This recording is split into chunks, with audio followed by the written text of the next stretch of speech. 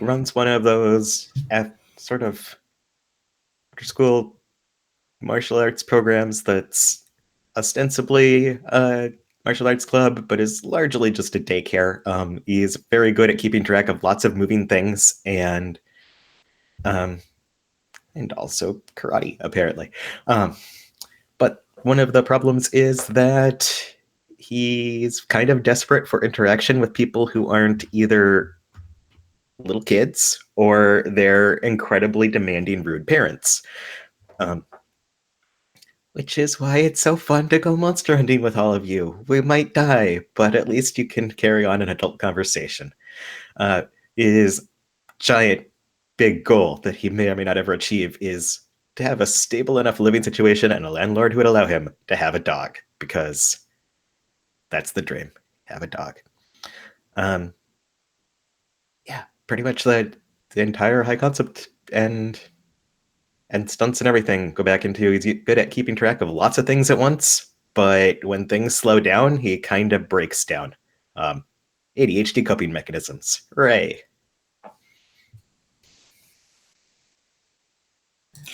And Diego, how has been your experience with the app?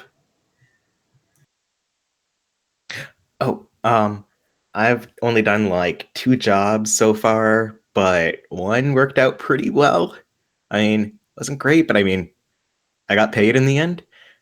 Last one though, it it looked like it was going to be a mess, but we ended up kind of nailing it, and the person posting it was also a person who takes jobs through the app. They must have just needed to outsource this one. So not only did they pay us, they actually gave us the bonus, which I had been putting a giant asterisk next to because they said it was 5,000 euros and then a 1,000 euro bonus if we did it without attracting attention.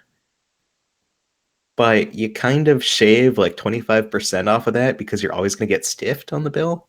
They actually came through. It's amazing. I'm still riding the high a little bit and also waiting for the moment when I will suddenly need all of that money and have to go out on another job. It's not great. Next, Walter, why don't you introduce us to Julian?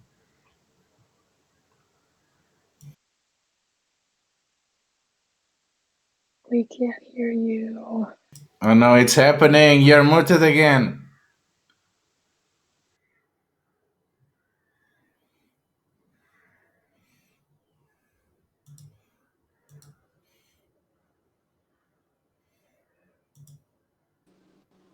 Okay, it's working.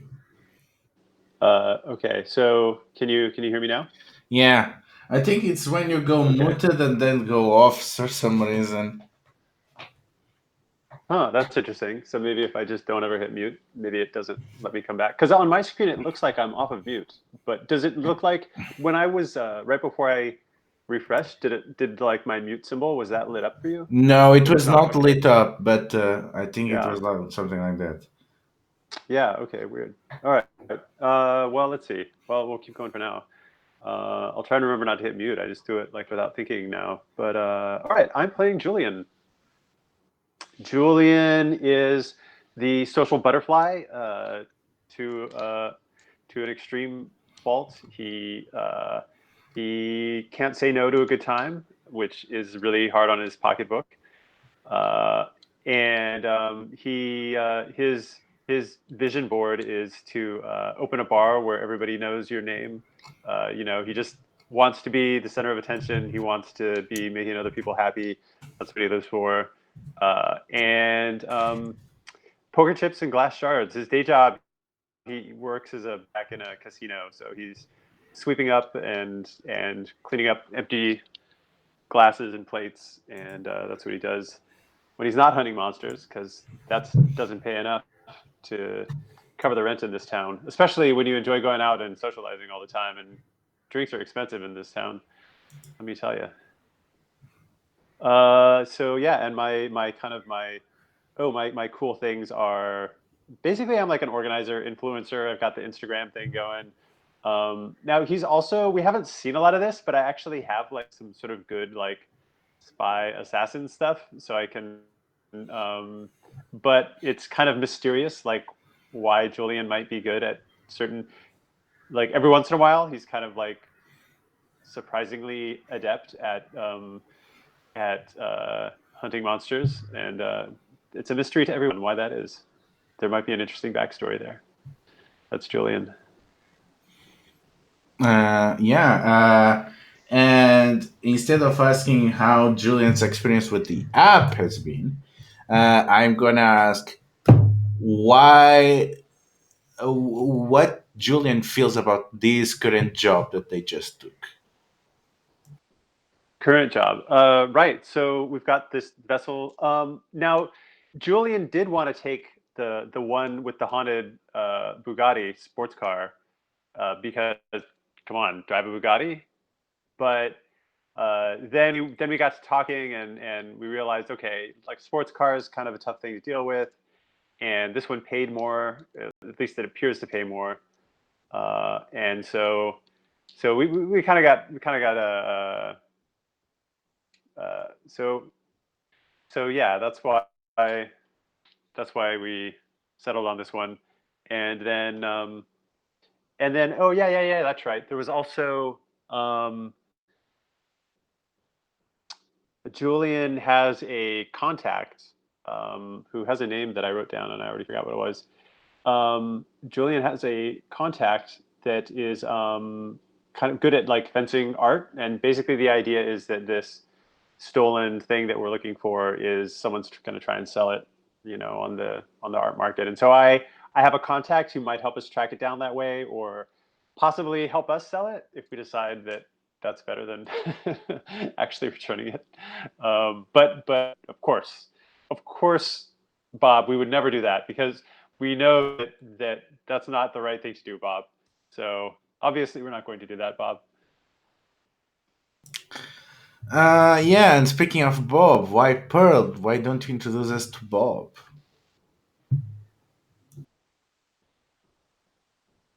That was not the right button. Yeah, Bob's a more complicated guy than he was when I created him. So who is Bob? Bob, well, he's a wannabe comedian. He's not very funny, but he is kind of lovable, so people chuckle, like, so they don't hurt his feelings, I think, more than anything else. But he's going for it with the comedy, and he thinks he's funny. And in the meantime, he's like, putting in the hours. What's like when you're trying to get into show business and you have to like do stagehand work first, that kind of thing. Paying your dues. That's the one. Like paying his dues. So he wears a sandwich board for the comedy club as his day job. But of course, in this economy, that does not get you very far, which is why he has taken up iHunt.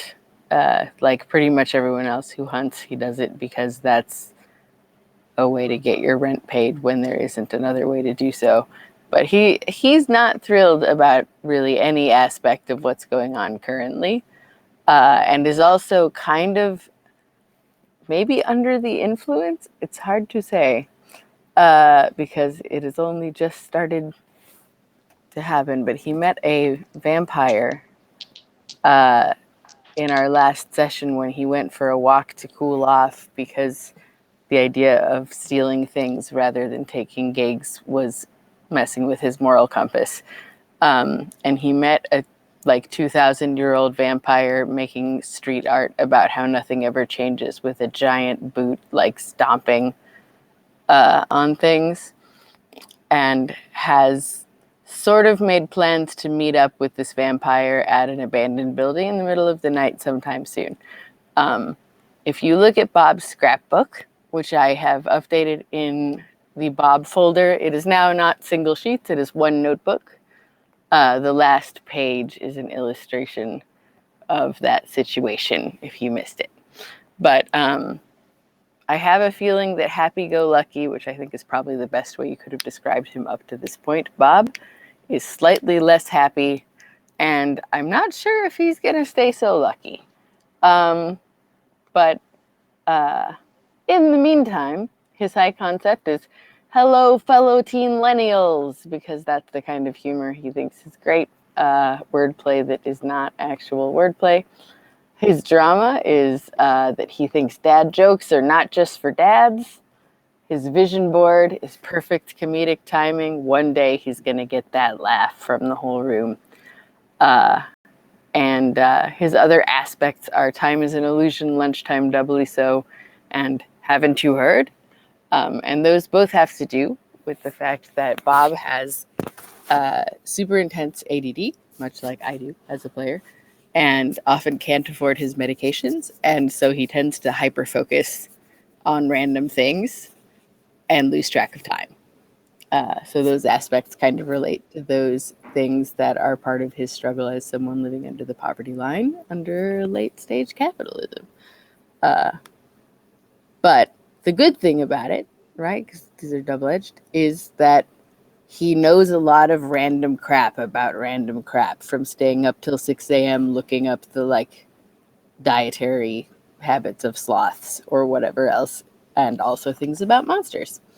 So other than that 1 6-month period where he became a parkour master before losing interest, most of his skills relate to esoteric knowledge, and he's a good guy to go to if you need to recognize some Sumerian demons who might have escaped from a tablet that got stolen, for example. Sorry if that was long-winded. I'm a little bit off my game today. So, after a pretty tense pre-job meeting, what is the thing that Bob is looking the most forward for in this hunt?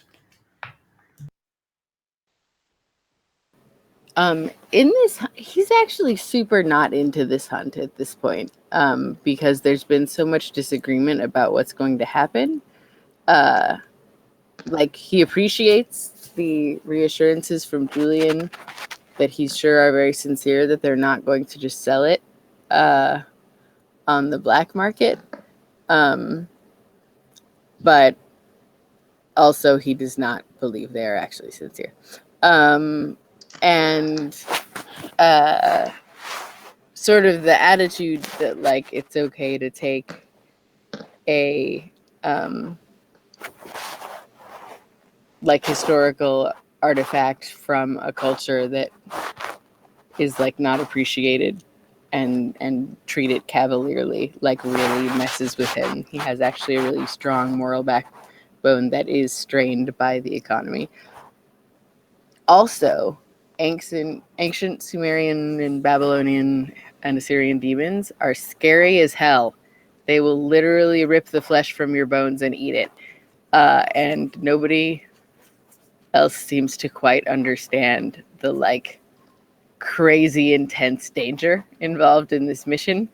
And that is making him nervous. So what he's actually looking forward to is sneaking off to meet the vampire. But he'll do the job because his rent just got pushed up on his shithole apartment. And if he does not pay the deposit, he's out. So, yeah. This is going to be a job. And speaking of jobs, we have a new hunter to meet. So, Sarah, go ahead and introduce us to Constanza. So Constanza, the city is based on Monaco, is my understanding, right? And there's a racetrack that exists, and I live maybe not underneath it, but nearby, under some bridge. I sneak into the bathrooms to wash and that sort of thing. She was or is a military vet. I think hasn't got a steady day job exactly, but they have matches sometimes underground, fighting rings that she's involved in. And but they're like you go to get hit, right? And like here, if you can plan well enough, you might not. Plus, it pays better.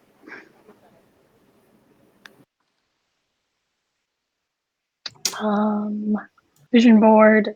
She'd like a yard with one of those laying down chairs. And yeah, anything else you need to know?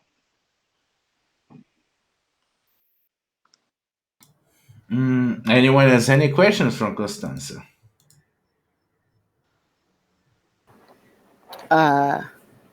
Just because I am bad at retaining like verbal information all in a row.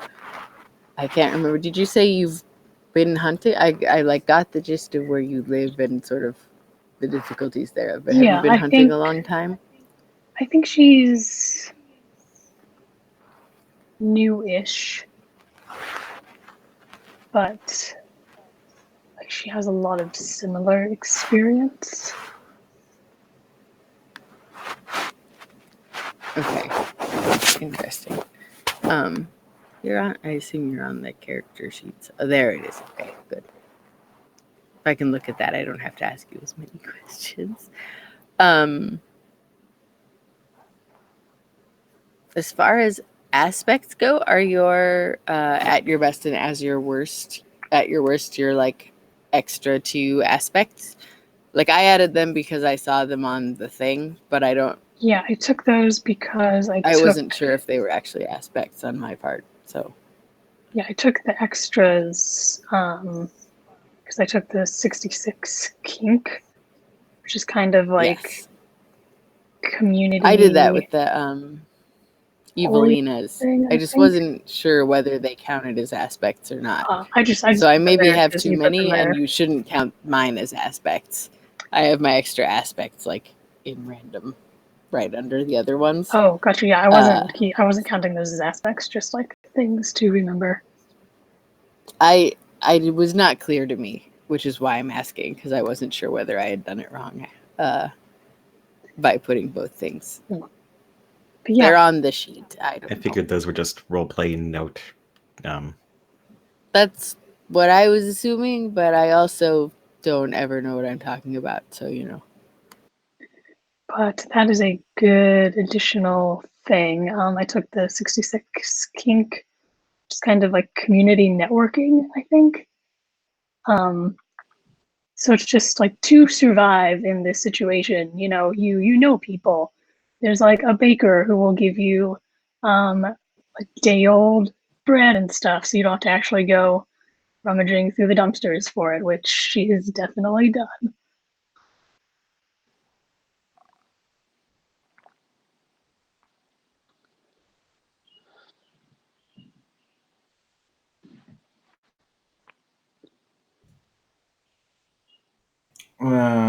Anyone else? Anyone that thinks that they might know Constanza from before? I think if there's any chance that Bob came across Constanza, he would have tried to befriend her because that's what he does. Like, there are not people that he is not friendly towards generally, which often does not work out well because he's awkward. But if they would have crossed paths, he would have at least tried to like make a friend. I will leave it up to Sarah as to whether or not she thinks that might have taken place. Where does Bob spend his time? Well, so he spends a lot of the day wandering around with the sandwich board for the comedy club on the street. And they've asked him to broaden. Like, he used to just stand in front of the comedy club, which he thought was good, but they've asked him to like broaden it out to bring people in, so he kind of wanders a bit in the neighborhood. And then, you know, he's really broke, so he doesn't do much else. Like, there are comedy nights where it's like you can get in for free, but you have to buy like 1 or 2 well drinks, so he buys like the cheapest drinks he can to be able to see the comedy. But like other than that, not I mean, too much. if you're like out on the street all the time, we've probably at least encountered each other. That's even kind if of we're not, like like, if you're a friends. 66er, like at some point, our contacts, whether they be Bob's reluctant contacts / indulgent contacts or your actual contacts, probably like there's some. Yeah, and like at the very least, I think like I know your face. Yeah, and Bob, unlike me, this is my ADD does not work this way, but his does. He never forgets a face. Bob, he prides himself. Names not so much necessarily, but he never forgets a face. So he would very enthusiastically wave and greet you if he saw you on the street. And I think that kind of just like wholehearted welcome is appreciated. Which is nice because it's sincere.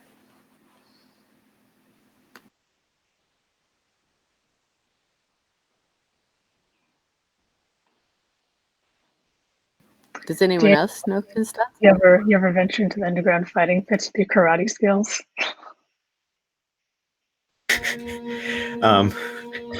I am totally down with that. At one point, by desperation to interact with adults and maybe make some side cash, I went to go karate fight.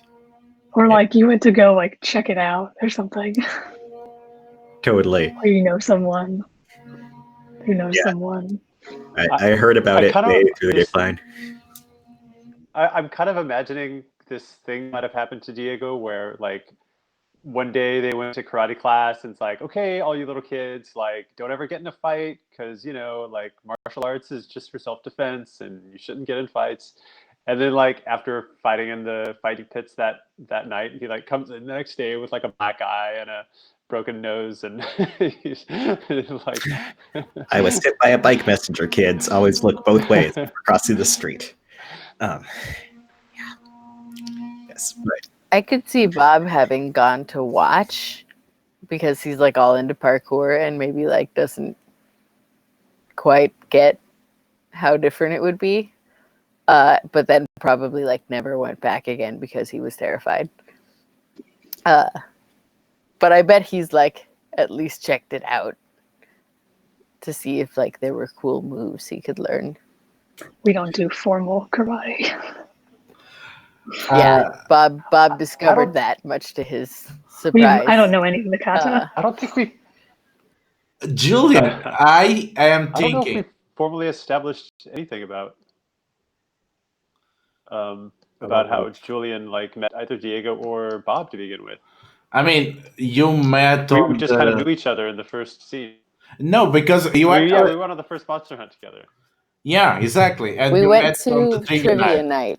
Yeah. Oh, we were all at trivia night. Okay, Yeah. that's right. Yeah. Also, that we like had I am thinking that perhaps because of your day night whatever job on casinos and illegal fighting, I always get there the had shifts. to be some overlap with that.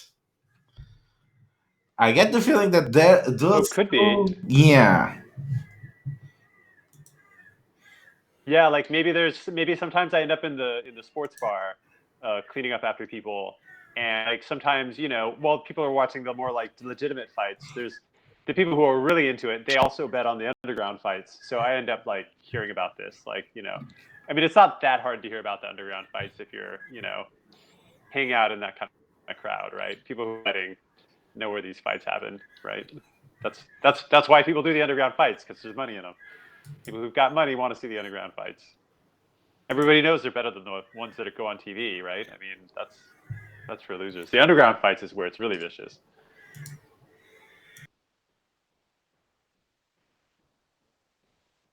So I'm assuming you would not say that in front of Bob, who would be very sad that you called non-real fighters losers, because he takes great pride in his parkour skills. I wouldn't consider parkour to be fighting necessarily, but I meant like like professional like UFC fighters or something, or like heavyweight boxing fighter kind of thing, whatever that is. There's some kind of boxing league, right? I don't know. He used parkour to like fight a ghoul and save your life pretty recently, so he considers it a fighting skill. Okay. But while he was on fire, props to Bob.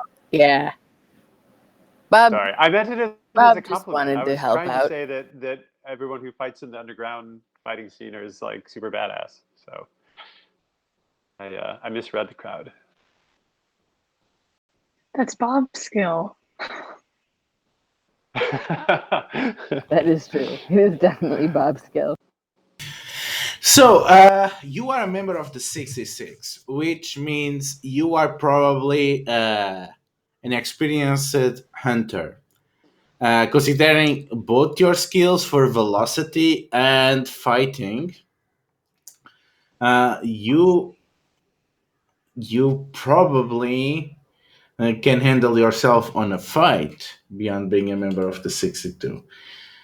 How many jobs have you taken from the iHunt app? I think mostly smaller things, like simpler things, like messing with Sumerian demons is probably not something I would jump at, despite the potential payoff. But like this, like student problem someone's got, like that's probably fake. I can do that. Or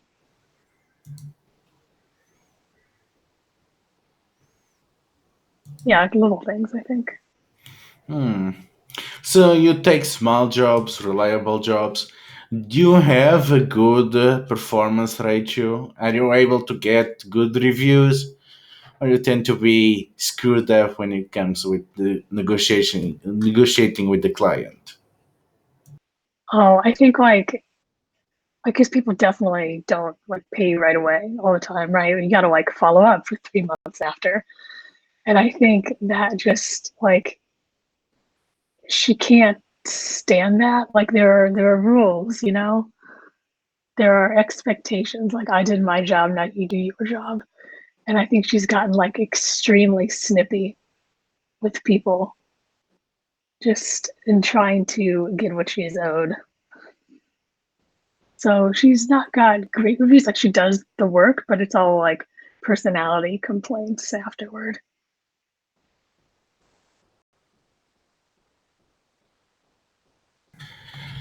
So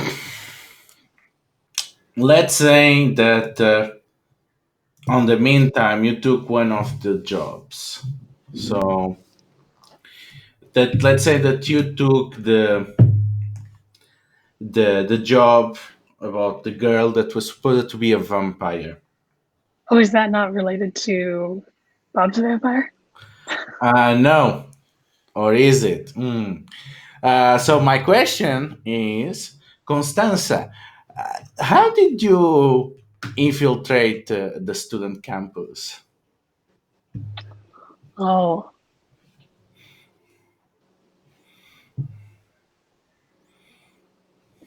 they have some benches that they haven't yet converted to those new ones where you can't really lay down. And it's like it's nice to just be out on like there's probably a square park, Central Park, like in front of the library or something. It just gets like really nice sun, and like it's not a garden with a laying down chair, but it's like the closest you can get at the moment. But like, are you thinking infiltrated the student body or just the campus? I mean, how did you approach? Because if this is after you did the job happened. It's established that this was literally the last job that Constanza did for the app.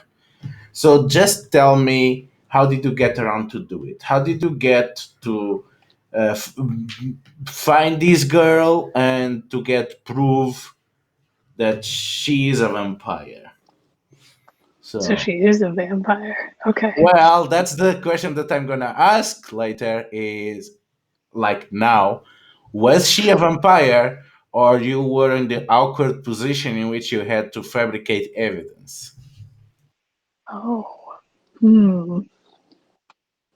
So they wouldn't accept just nope. I think she probably found out that she wasn't a vampire, and like the person who gave me the job like just wouldn't accept that. Like, I'm not going to pay you for nothing. And I'm like, well, let me take another look. And how did you convince them? And I'm not quite sure that it took a lot of convincing because clearly they wanted to see something there. Yeah, I think like I went through the and this is oh no, they've got like proper waste disposal at the hospitals. But maybe I like know like one of the cleaners or something, and like I got hold of like an actual blood bag and just like filled it with my blood, and then like look what I found in this person's mini fridge. Definitely a vampire. Yeah, that sounds good. So you got an easy job. It's an easy 500. Uh, so would your character be interested on being a mentor to other hunters?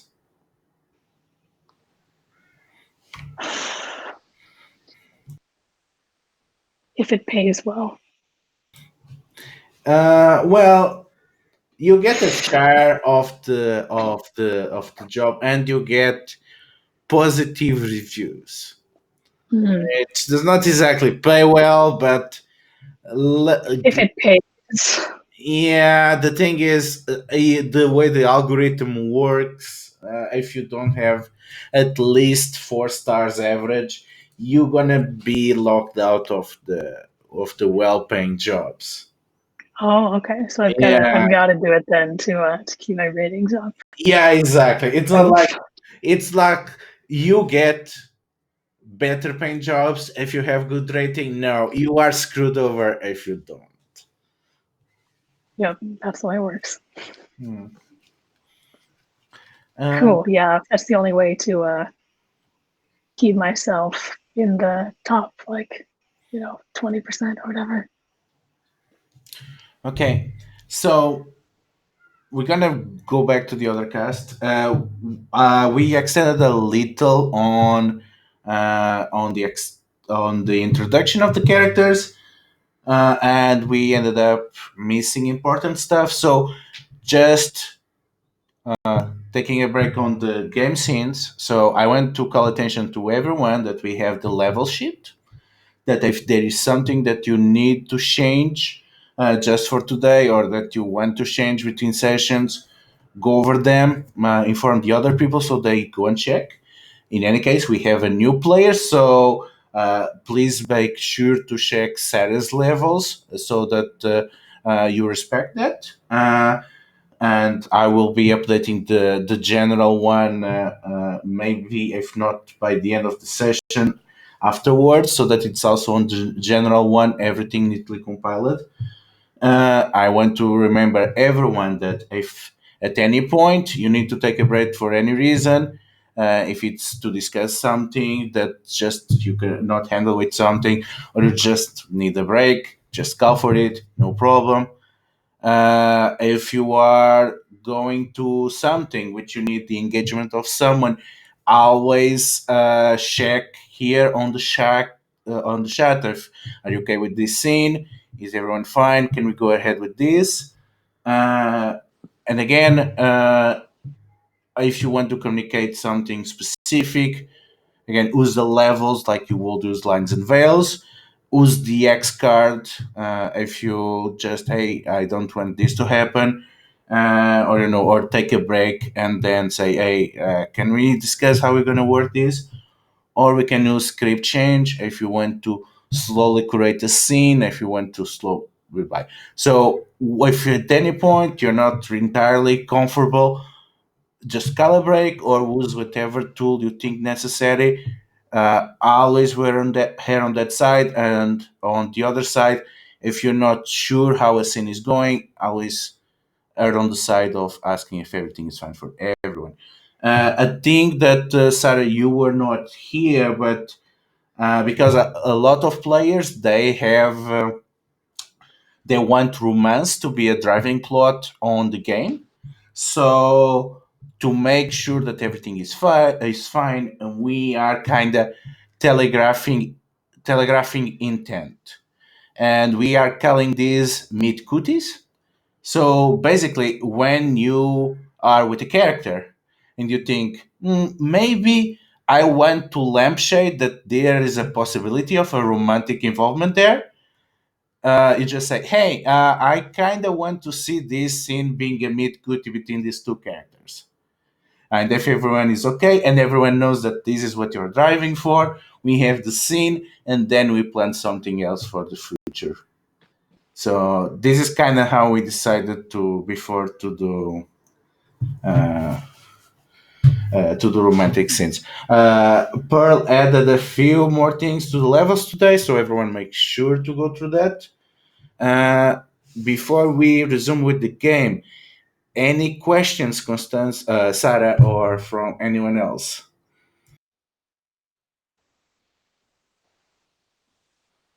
I'm good.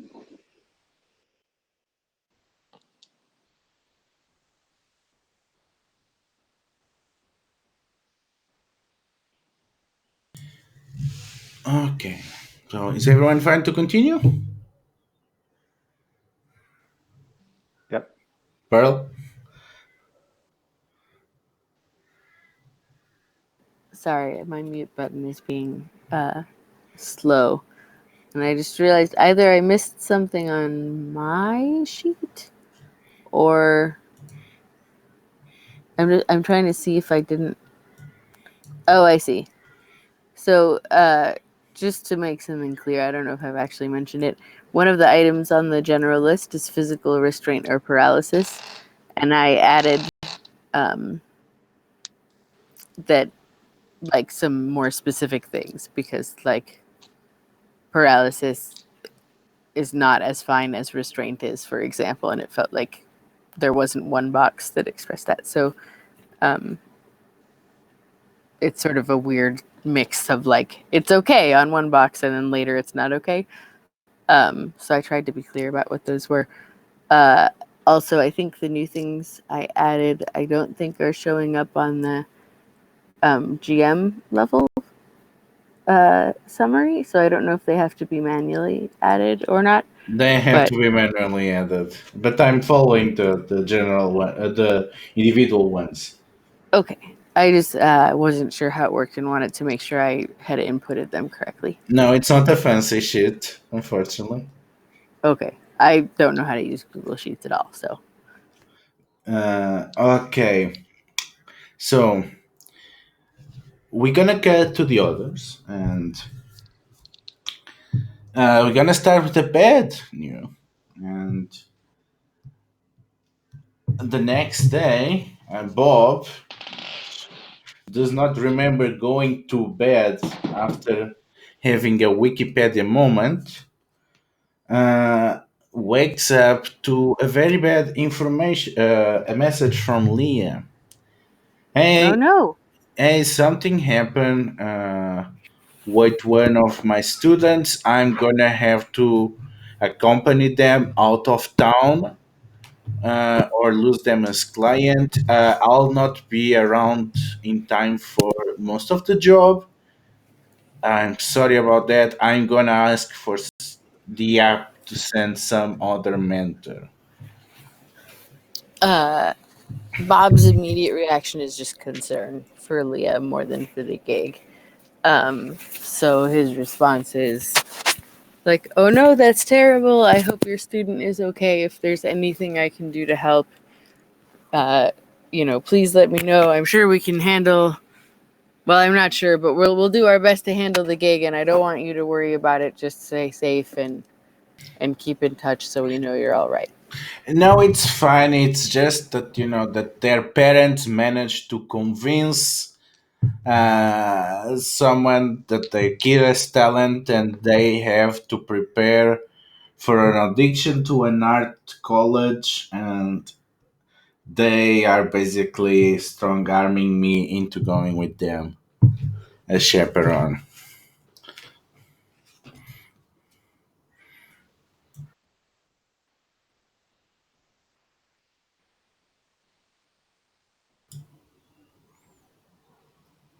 Bob? Why does my mic keep muting itself? I don't understand what's going on. I'm sorry. Bob's response is like, okay, well, good luck for your student then. And then, like, just a string of emojis that probably in Bob's mind put together create a joke, but really just look like a random stream of emojis. Okay, we get to Diego. So, Diego, you have not been doing a few hunting during the last time. So I assume that you have been managing to stretch all that money that you got. What was one nice thing that you got yourself in this moment of feast and famine?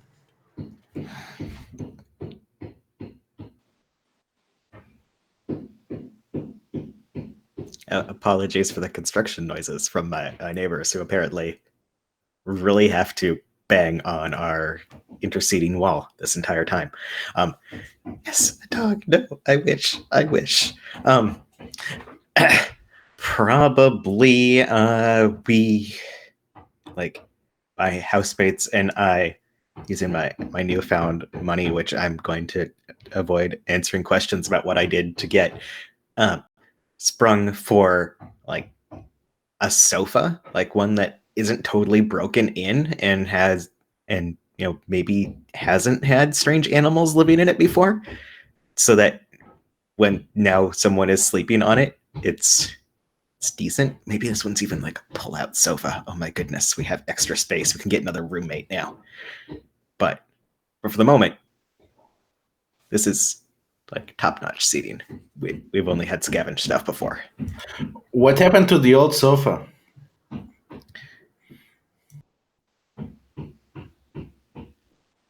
I think we had a prolonged debate about whether we should just move it to somewhere else and have two sofas before we drug it out to the curb, and it immediately, like as soon as we turned our back, got snagged by somebody else. Like you just see the edge of it disappearing around the corner. It has gone to live with a new home. All right. And you have a pretty relatively relaxed 2 weeks. And finally, when it comes to get the bills, they are again way higher than you expected.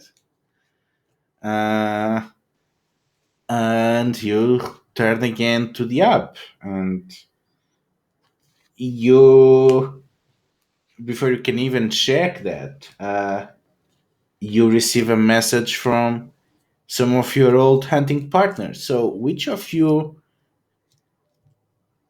calls Diego to see if they are interested in joining for this job?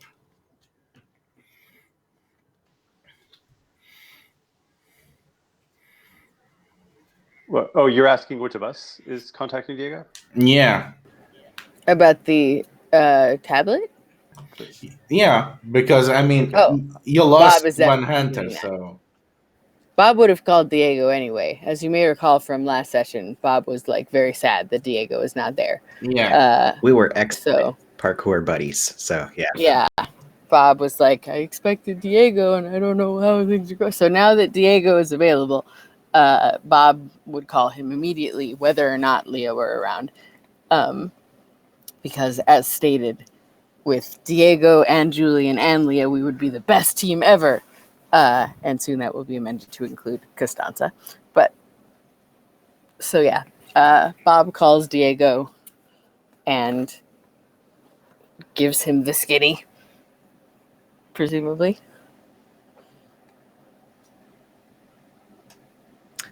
And Diego who, a couple days ago might have gone, I don't know, I'm real slammed, between work and everything else is now going, and these bills are sitting on our cool new sofa bed. Cool, yeah, I'm in.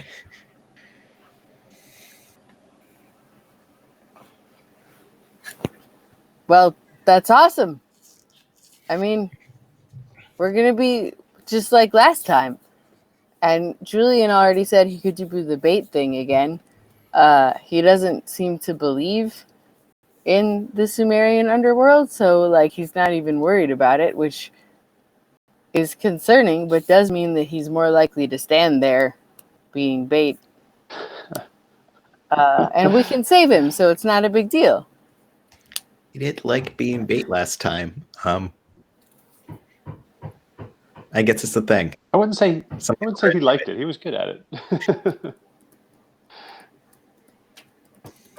He volunteered to Diego that's wanting to be bait. But, I mean, it seems like after fighting multiple ghouls, Sumerian underworld, isn't that weird? But okay, fine, whatever. Yeah, I'm in, and if Juliet wants to, like, stand around and wait for demons to eat him, and then we can throw them or something, it'll work. It'll work. I mean, the real job is recovering the tablet. We were just warned that some Sumerian demons may have escaped the tablet. So technically, if we could sort of skirt around the demons and just get the tablet, I feel like that would be preferable, but I feel like it's unlikely. They didn't specify, like, the demons have to go back in the tablet or anything? No, they just said that there might be said demons. I tried to take some notes, though, based on, like, they sent a photo of the tablet, and I had spent a while just researching Sumerian demons because they're kind of interesting. So it looks like these specific ones, there's kind of a whole thing with the goddess Inanna and, like, people who can restore her from the underworld and vessels that can contain the Galu, which is a kind of demon. I can go over the whole thing when we get together. But you can almost hear Diego just kind of blank nodding over the phone. Yeah. I'll just tell you, when we're hanging out. Yeah, send me the details and I'll be there. Yeah, if you text Julian, he's the one who took the gig, and they sent him a bunch of documents with like pictures and stuff. So he could probably forward all of those to you. Oh man, there's homework included? Okay. I mean, I feel like it's better to do the homework and not have the flesh rendered from your bones than it is to not do the homework and get the flesh rendered from your bones. Fair. This is going to be awesome. Yeah. Getting the gang back together. I'm going to text Julian for the homework packet that I will then attempt to read entirely on the duration of the bus trip. Yeah, so Constanza, you accepted a mentorship and you are put under the care of 3 hunters. They have actually pretty good ratings, but 2 of them, they only seem to have ever done one job, which is a bit worrisome. While the other actually has a pretty decent rating, a 4.3 on the app, and they actually managed to take down a werewolf in one of the jobs. So you know that at least one of the 3 is at least an experienced hunter. And you see the job that they are taking. It seems to be something about a vessel, and it's less a job about monster hunting. It seems to be like a stolen item recovery more than anything. Sure, there might be demons involved, but it seems that the client wants someone to recover this in 7 days, and that's it. Okay. Who's got what ratings? Oh, who killed the werewolf and who Diego, what is still your did one job. username? What is your username on the app? Oh no, it's not real names. That's true. Oh no, what is my username? Go Diego, go. Yes, exactly that. I couldn't think of anything. And Diego was taken. And Go Diego was taken.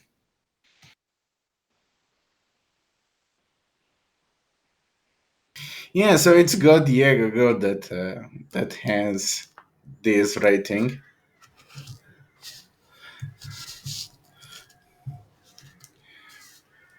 So because you are now mentorship, you are put together on a group chat on the app, so you are able to message each other.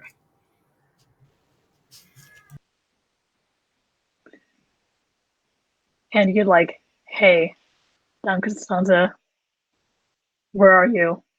I'll come meet you. Actually, no, she would call you because texting is more expensive. So you get a phone call.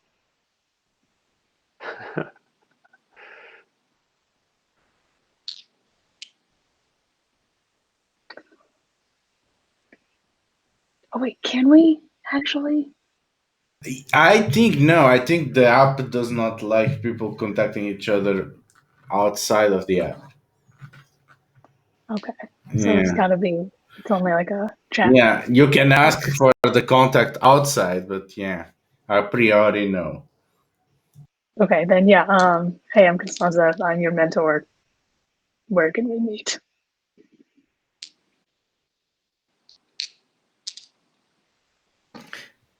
A moment of Diego thinking, like, this seems legit and not gonna get me stabbed at all. But um trivia night, apparently. Diego will send the details for the bar where they initially met up because everyone's busy with other stuff. They won't pay attention to us talking about sticking Sumerian demons back in their tablet and or ignoring them and taking their tablet. Then just okay, time. Then we can just like sort out the details and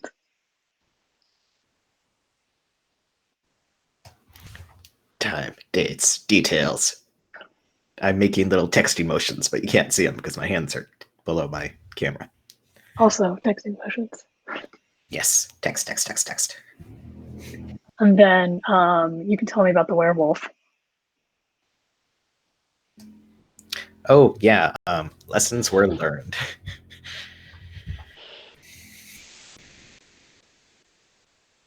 If you don't die, you always should learn.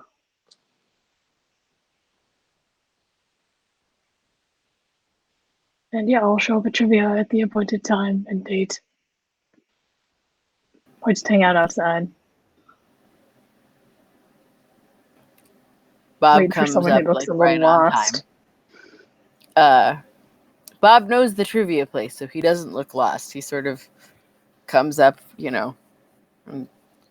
Costanza, I'm so happy to see you. Oh, it's really great that you could come down. I do love trivia night, although I guess we have some secret business, and then like winks at you really obviously.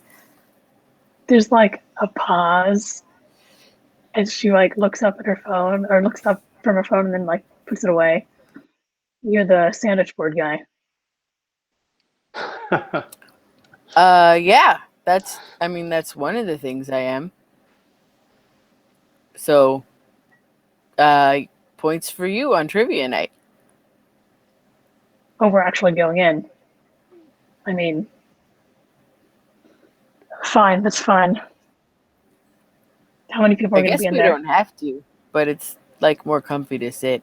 Does it get crowded? And I printed out all the documents that Julian sent me because I sort of doubt that Julian would have done that. And I brought them along in case people wanted to look at stuff and some extra information, just so we could all be prepared. And I feel like a table could be like maybe handy. Hard copy of stuff, yeah, that's a good idea. How crowded does it get though?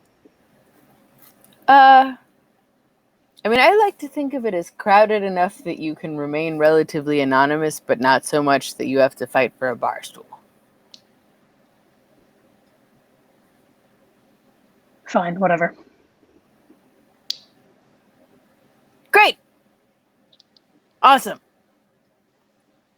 Hope Diego and Julian get here soon. It's like, and Uzif on cue, Diego will appear like, oh great, we already met each other. Awesome. Cool. Got that out of the way. And she'll like shake your hand, like reach out, right? Constanza. Diego looks momentarily taken aback because, I mean, it's not like he's teaching Aikido or anything, but the stick out your hand rarely means, and then please shake it when you're around kids who think that they should interact with each other by kicking. Shake your hand like an adult. I can do this. Nice to meet you. Bob's gonna like throw his arms out so that if you want to bring it in for like a bro hug, you could do so, but he's like not gonna force it on you because consent is important. But if you want to come in, the bro hug. Yeah. Constanza is going to just like nod at you. Makes sense. I imagine Julian's probably coming back from the bar at that point with like 3 bottles of Nowhere Pilsner, the cheap Pilsner you can get for €2 a bottle that they serve here, and he kind of is like passing them out and is like, oh, hi, should I have gotten another one for you? My name is Julian. Have we gone inside? Oh, we're not inside yet? I didn't even think you were here yet. But I don't think the rest of us are inside yet. Julian is already here in the bar, yes, which is his natural habitat. That is true. So we can go inside and you can bring us some beers, I think. Yes. Yeah, I think you go inside and Julian just like greets that. you on your way in. He's like, hey, I saw you outside. Yeah, and Bob will also extend his arms for the bro hug for Julian. Yeah, and it's that thing, whenever there's some kind of event, there always seems to be some running promotion, but for some reason, it seems that things are more expensive with the promotion in place. It's weird.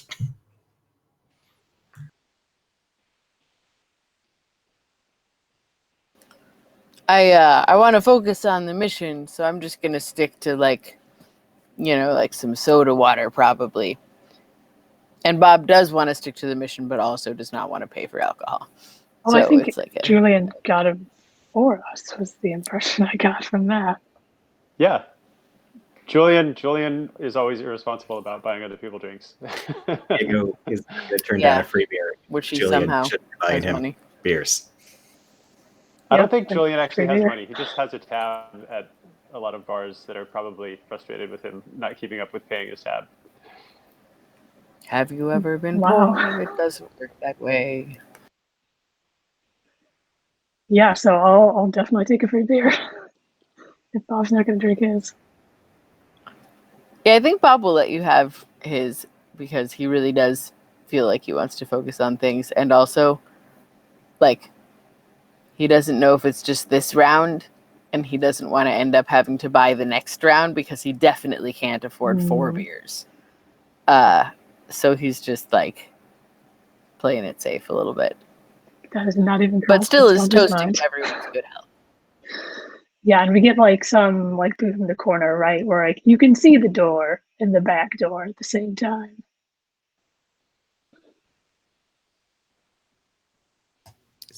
Diego. You said you had papers? Yeah, Bob brought the actual homework portion of this. He's weirdly good at that. Hope for the best, prepare for the worst. So if there's no reason not to, Bob will bring out, he has a briefcase that papers are sticking out at odd angles.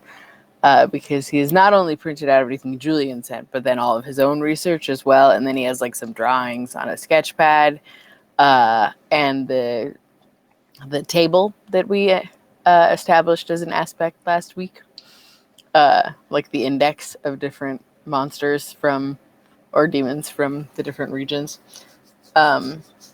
etc. And so he just sort of picks out a big stack and like puts it down on the table and is like, dig in, everybody. Yeah, pull a bunch. I think Julian, he kind of flips through until he finds like some of the like illustrations or like photographs, and then he like pulls out those sheets and he's just kind of like checking out the whatever there might be pictures of. Well, you got like a bunch of pictures from the gig last week, right? From the app. Yeah, What photos? enough that you had to sort it through Google Drive folder. And then you made me that giant spreadsheet, like, and I used it to like identify their visual characteristics to make that my like Evelina aspect. You're asking Right? me? Am I remembering wrong? What? Yeah, Who are you actually, asking? I think the aspect is still there. Yeah, it says it sticks around until No, I mean you have that until you aspect. take a new one, right? Yeah. Yeah. Also, I think the spreadsheet aspect is still around. Just let me check. Uh, I think situational aspects stick yeah. around as long as they're appropriate. No, actually, So like situation aspects are only scene only. So that the oh, spreadsheet is gone. So that kind of doesn't make sense. I feel like we should have made it a different kind of well, aspect. that's the thing. It is gone in general, but is there on that scene?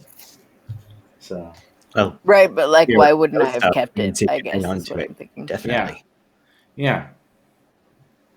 So actually, I won't even make a scene aspect. So I'm gonna give aspects for this scene. So it's the trivia bar. So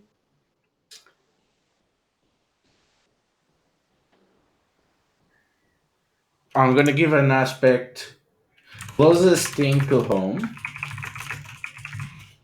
Uh, what other two things about the trivia bar come up?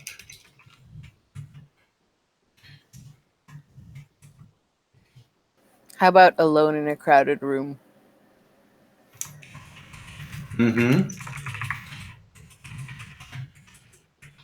In the crowded room. Where are you putting these? What?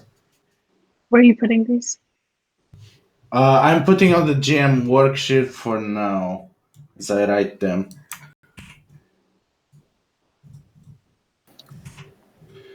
We might want to add at Ah, some point like a worksheet for like Yeah. aspects that are in play, just because it can be hard to remember which ones are currently valued. Also, we never created motif aspects, which are supposed to be like We they carry created through for the whole. for some reason that entire tab is empty. I don't know why. It was full of motif aspects on the setting sheet. I mean, I know we had a lot of Oh like no, actually, aspects for the setting, but I think motif aspects are like no, we setting have independent. we have it. They are Oh, on some Submarino creation. The issues are the motif ones. They are always present. okay.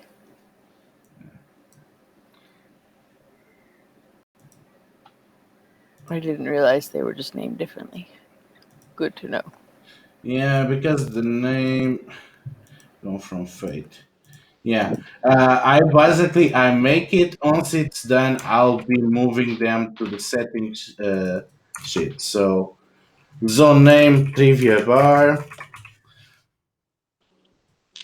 aspects closest into home, alone in a crowded room, Sumerian spreadsheet, and another one.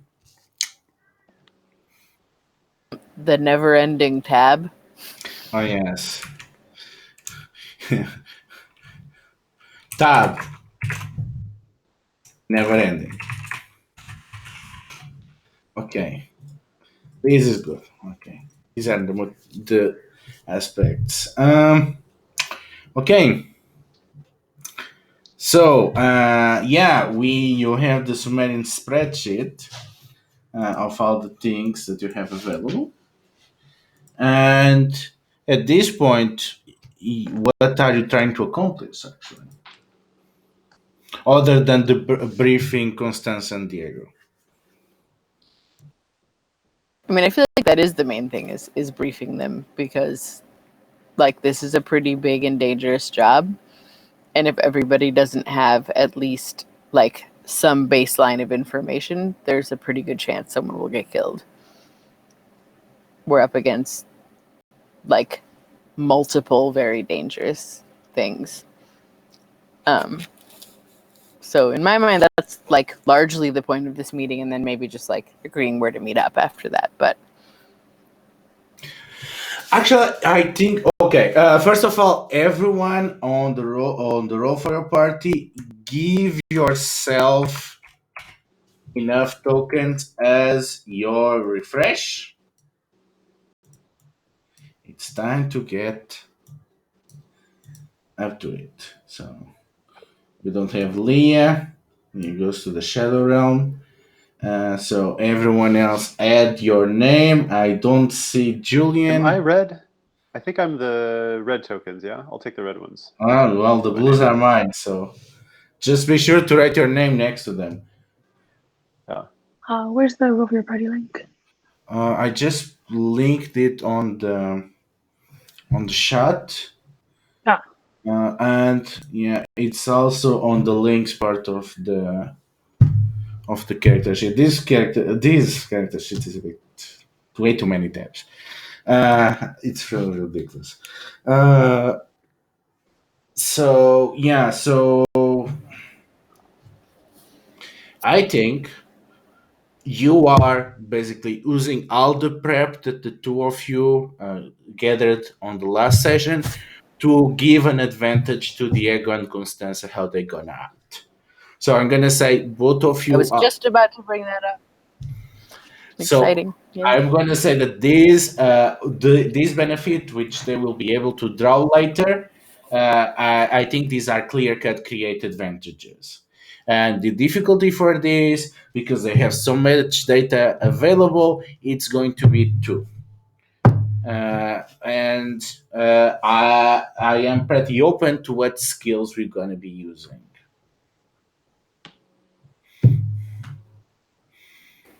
Okay, so let's see. Create an advantage.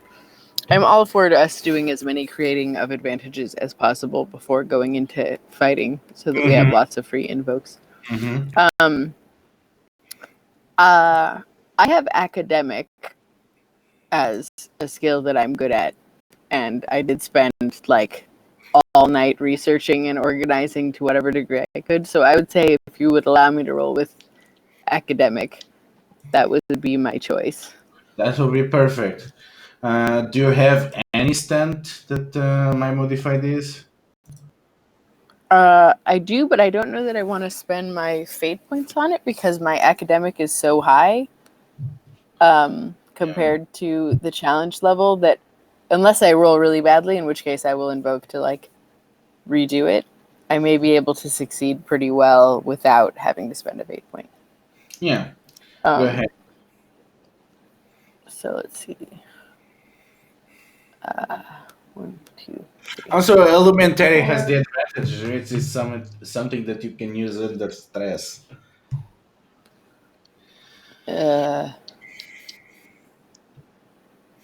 So, oh yes. For context, Sorry. For context, especially for Sarah, let's break it down. So, they are doing one of the 4 actions, which is create an advantage, overcome, attack, and defense. They are using the create an advantage, which basically will help you in the future. They have this is either opposite, in which they roll against another character, or it has a fixed difficulty. In this case, it has a difficulty of 2. So they're gonna be rolling 4 fate dice, and they're gonna get a result between -4 to +4, and to that they gonna add their academic skill, and they want to get over this difficulty, and if they get 3 numbers over, they succeed with style, in which case they get a critical effect.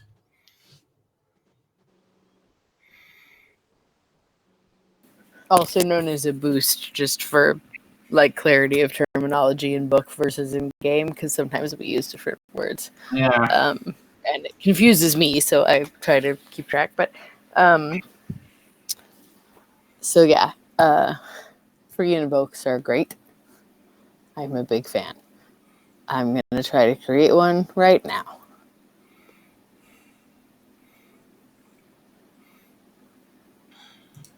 So it's a blank on the dice because they cancel each other out, but it's a level 4 on academic. So that's 2 over, which doesn't give me the boost unless I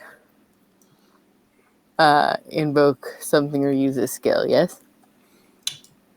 Yeah. If you have an aspect that you want to use for that, for example, you can spend a fate point and use the Sumerian database and invoke the Sumerian database aspect to get +2.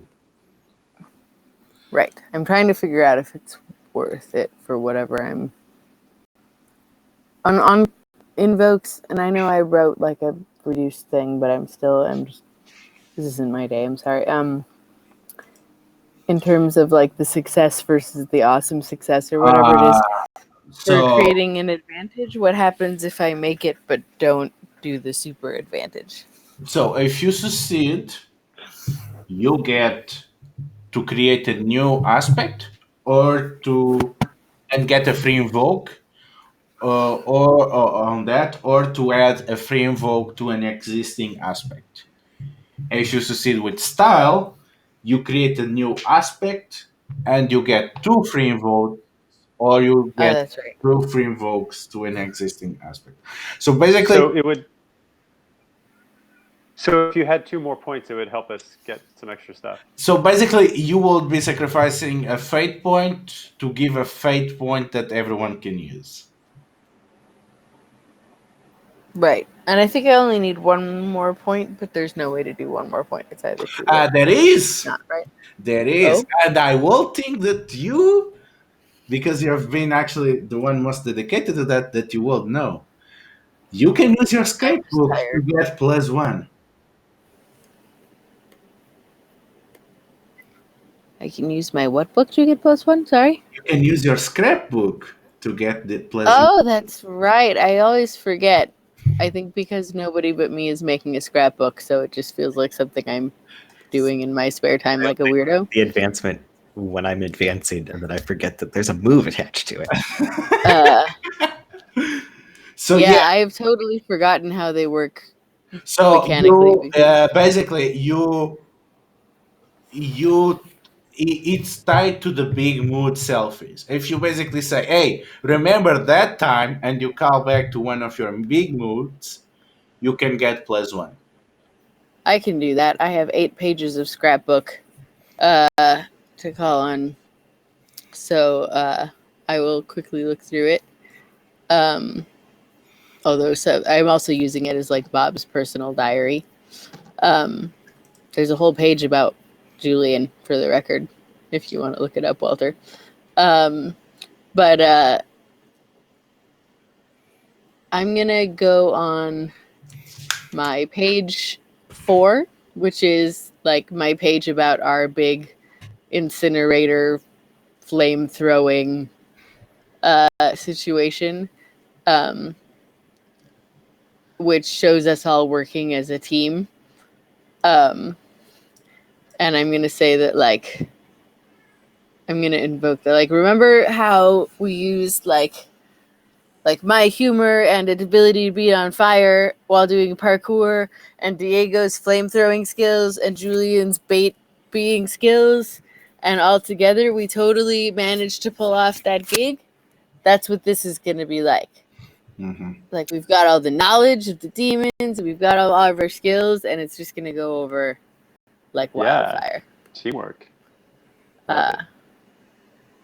So in that case, I now have a +3, I think, over.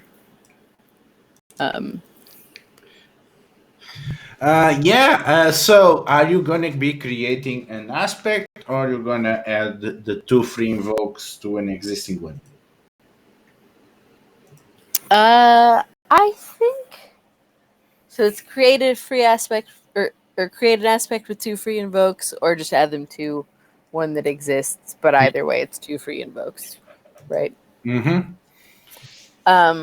I think I would like to create 2 free invokes for the spreadsheet, Mm-hmm.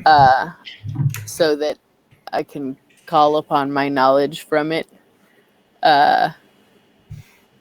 in the field, as it were, and or create opportunities for other people by calling on knowledge. For it just seems like a very handy thing to have invokes for. Yeah, definitely. Yeah, but basically everyone can use that by saying, "Hey, I think I remember something about this somewhere on that database." So, Julian, how are you creating an advantage to represent how you keep Diego and Constanza up to date?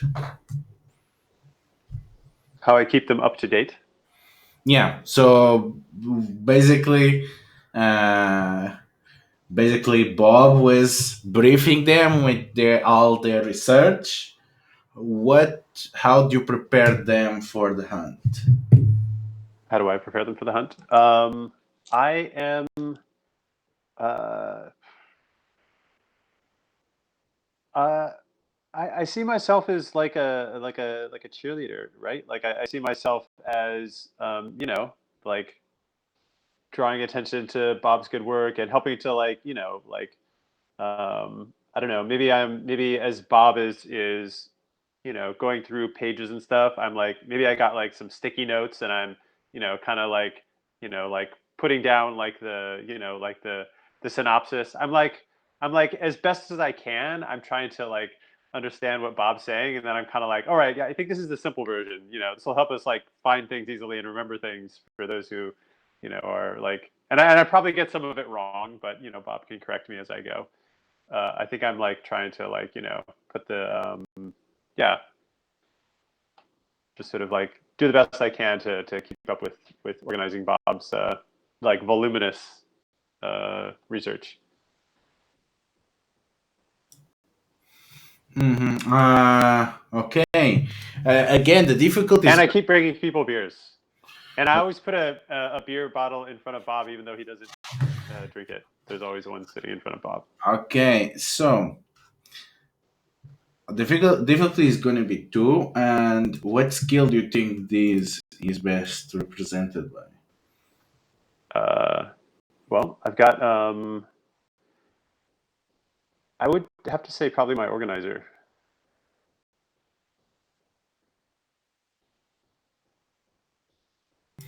Go for it then.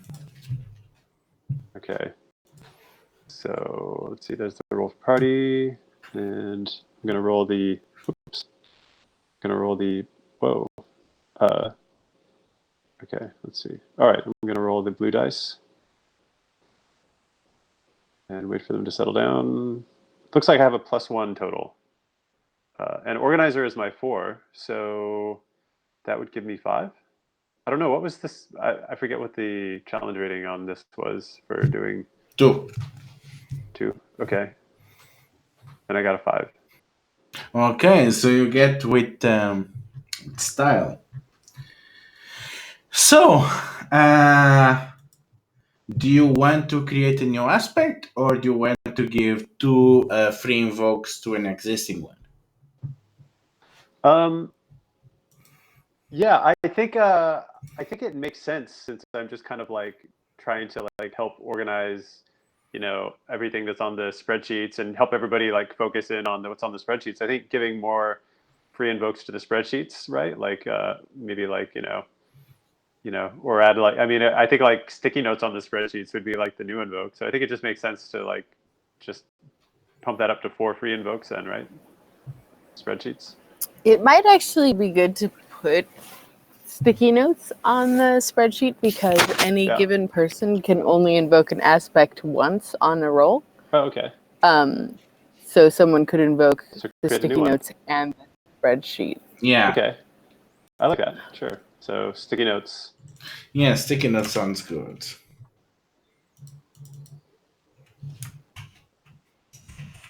Sticky notes, 2 free invokes. So, I think this is a great moment for a break. So, why don't we say 10 minutes break and we come back and we get to you starting investigation on Porto Ferrovia, the last place where this plate was. Sorry? Before we go, I like that idea. I just want to say that before we go, I wanted to suggest something, and maybe we can think about it over break because we haven't done this yet, which is a compel. I think I can do a compel on myself or suggest one. And I was going to suggest that before, as we're all like getting up to leave the bar, the bouncer like stops Julian and is like, "I'm not going to let you go until you pay your bill, buddy. You owe us way too much." I'm gonna scale that compel into I keep forgetting the name. An imperiled? An imperil.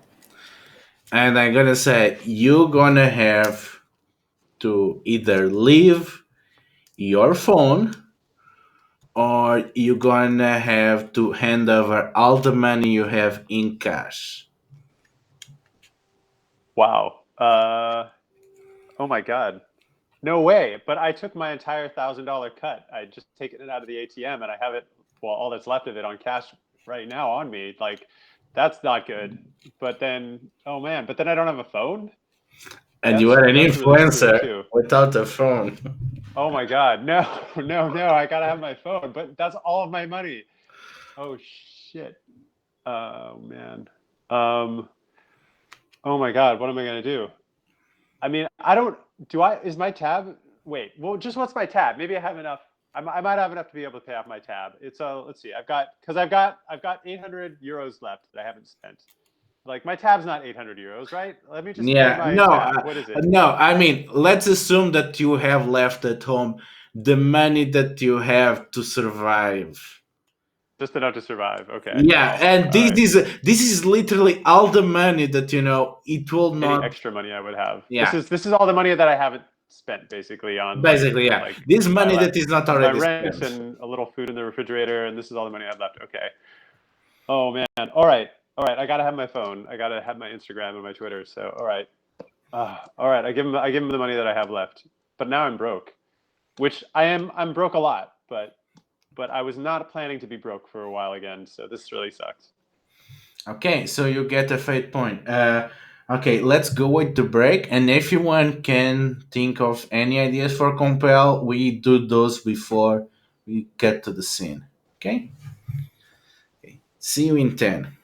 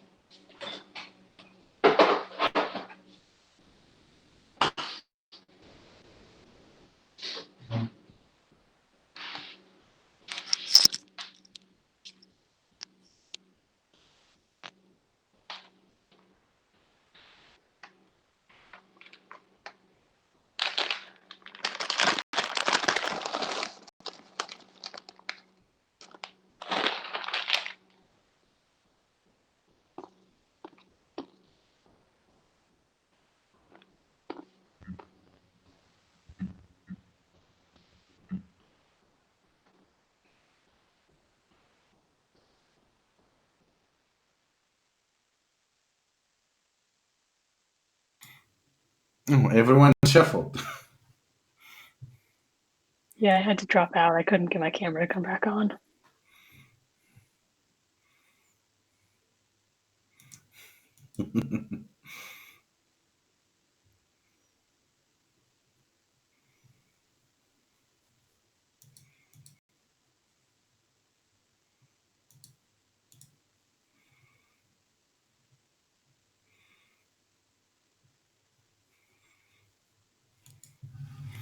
Is everyone back? Pearl.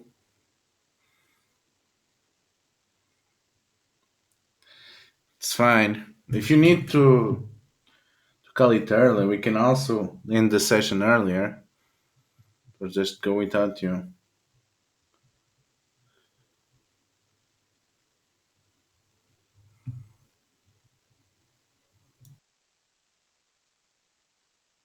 Okay. So we get to the old industrial docks of San Martino, Port Ferrovia. It is an old place that belongs to old centuries that has not seen much of activity, and it's prime real estate, but it is also the epicenter of 10,000 legal disputes, and everyone argues who actually has the right to that, which company has the right to that. But the problem is that that company does not exist, but their assets have been sold to another company that now are part about this big conglomerate. And again, it's a mess. Nobody really knows who has the rights to, and there is kind of this agreement between the different companies that, well, their real estate in other regions actually increases in values by this not being available. So, let's keep this out of the courts. So, Puerto Rico is the epicenter of 10,000 legal disputes. I'm adding that as aspect. Uh, you are actually going to be checking, I wrote it on the app, a very specific Pyre. Yeah, Pyre 7. So Pyre 7 has actually quite a few boats. It's one of those that are actually operating, and it's near the office of the Harbor Master. So it is actually the mouth that feeds San Martino. Because again, San Martino does not produce anything, and it needs to feed the tastes of the most demanding people in the planet. So this pyre is full of longshore people, and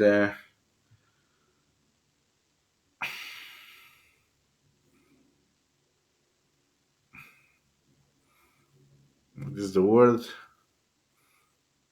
Teamsters unloading all the different freighters that seem to be coming at every hour of the day and every hour of the night. So it is probably the busiest place in Rest Town. So it's epicenter of 10,000 legal disputes. It's the Mount of San Martino and busiest place in Rest Town. According to the data that you have, it was on one of these shipments that came on a container with a few of artifacts that seem to be part of the private collection of someone else. And you have the name of the ship, and you have the records of the cargo container, So from that, it will be easy to get from the harbor master any details of what actually happened the moment the ship docked into San Martino. This is what you know a priori when you arrive and drop off the bus on Pier 7. So, this is a place that is a bit outside of the bristling life of San Martino. It is not very well connected, and most of the people that are here are there because they have to be for work. Is any of you someone that hangs around Porto Ferrovia at some point?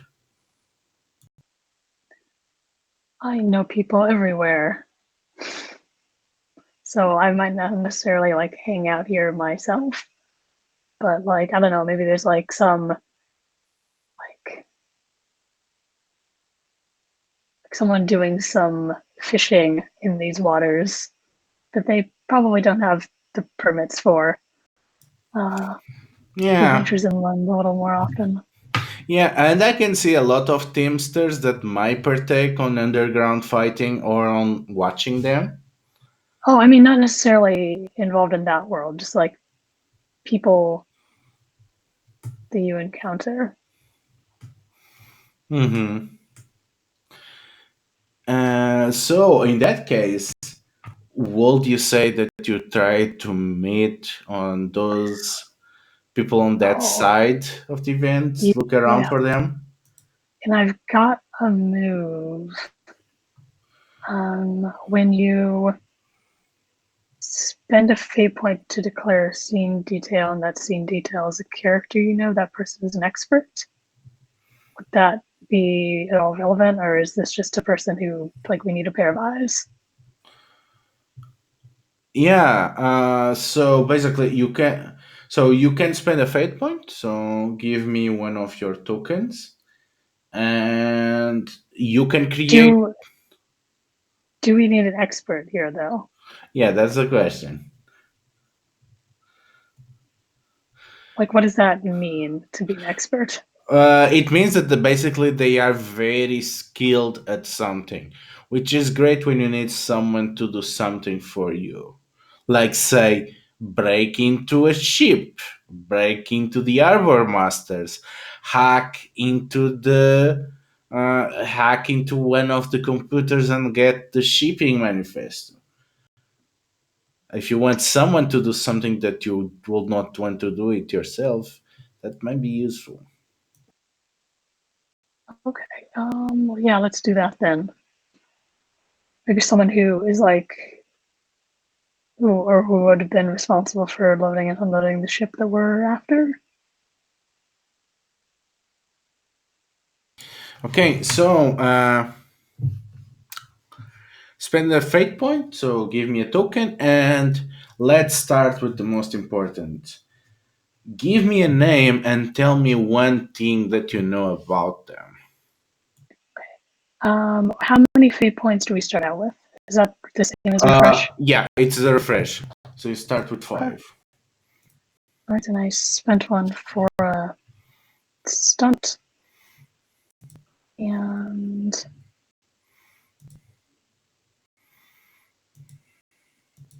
so this yellow one in the middle is now yours. Okay, thanks. And their name is Tomas. Thomas. Okay. And he wanted to get into, or like he did once one fight, and it just did not go well at all for him. And I probably gave him some friendly advice not to do this because you're not Mm-hmm. good at it. And I think like he actually took it. Mm-hmm. So yeah, so I'm giving Thomas the aspect tried fighting once, and you have a free invoke on that one.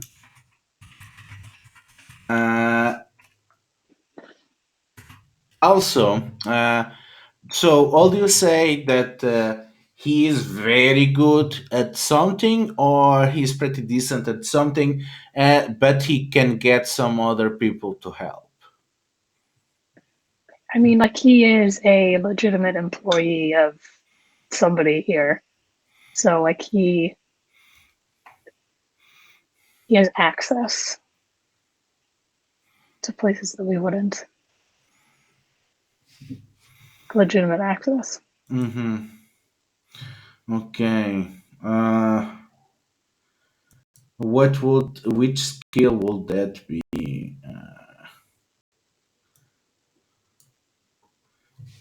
I mean, feel to suggest things that you in particularly are not good at.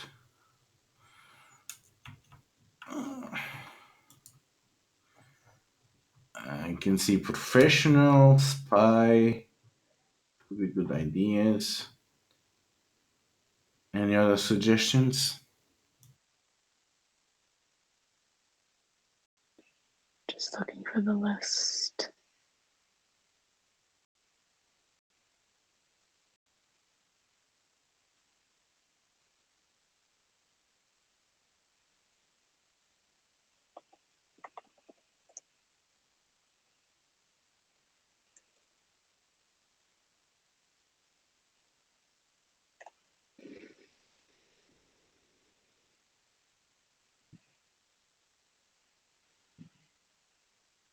Sorry, I'm not finding the page that I need. Feel free to drop whatever in. Well, we can always retcon. I'm gonna put professional in the meantime. If it turns out that there is something that is more fitting, we can go with that. Okay, so I'm gonna give them professional 3, and I'm gonna give them a second aspect to represent their group, which is gonna be Teamster Union with air quotes on the Union, which is actually gonna be the framing which we're gonna start. So you go looking for commands, and you know that San Martino is probably one of the few places that around here which the Teamsters have not been able to unionize. Uh, Mostly because the moment they start making noise, they just close their pier and they open another one. And because nobody's really from San Martino, they just get workers from outside and start the group again. So the closest thing to a union is basically these kind of social clubs that they have on these the cryptid bar that they have around, which they are mostly, all just old containers that have been hauled out, and there's a bunch of steel chairs inside and outside, and they just have music bombasting all hours of the day and night. There's always someone cooking something outside, and again, Julian, you were asking where is a good place with free cheap beer on San Martino. It's actually here among these dock workers, and you can see a lot of them huddling, watching some kind of sports ball match. And again, music very loud, a lot of smoke, some of them from cigars, some of them uh, from whatever they are cooking, and you are immediately struck by the smell. And you see Thomas playing cards with some other teamsters as they wait for their next shift.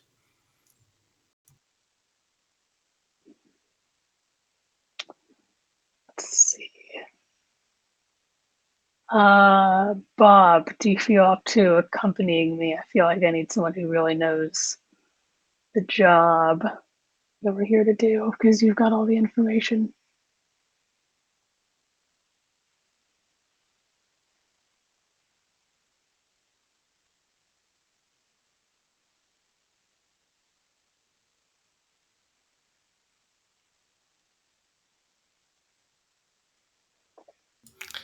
Julian, did you? Oh, your mic is acting up again.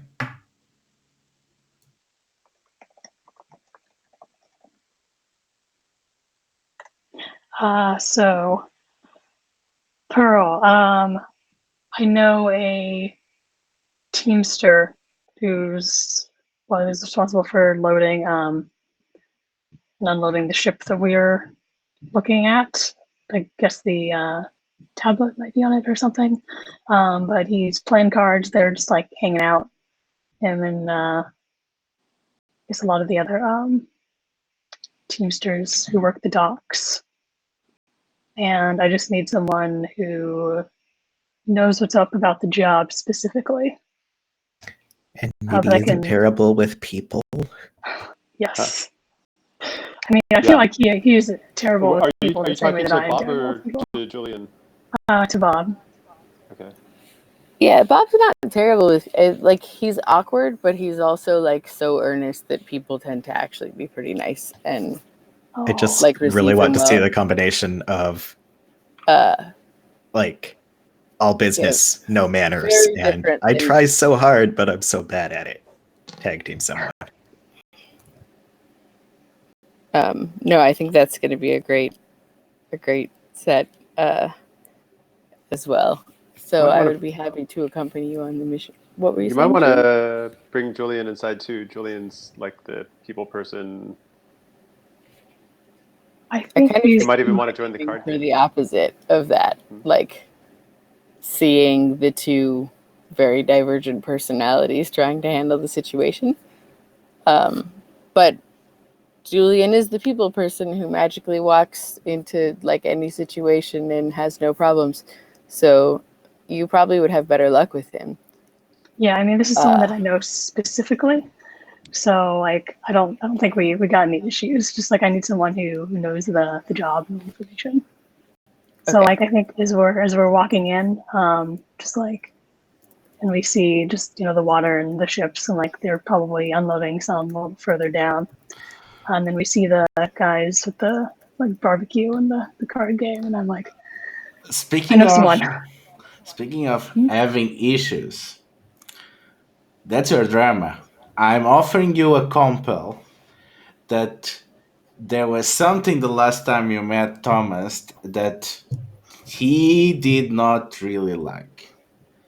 So you can accept the compel and you get a fate point, or you can refuse the compel and you give me a fate point. Okay. Maybe like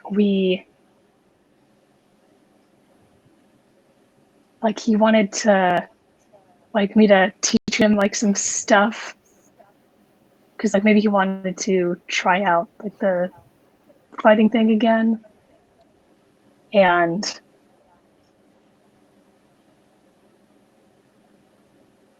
like I broke his arm. Okay, Like, didn't mean to. That very moment you just like get like it wasn't really him in that moment, right? Your body just kind of goes. But yeah, like I apologized. It kind of was okay, but it also really wasn't.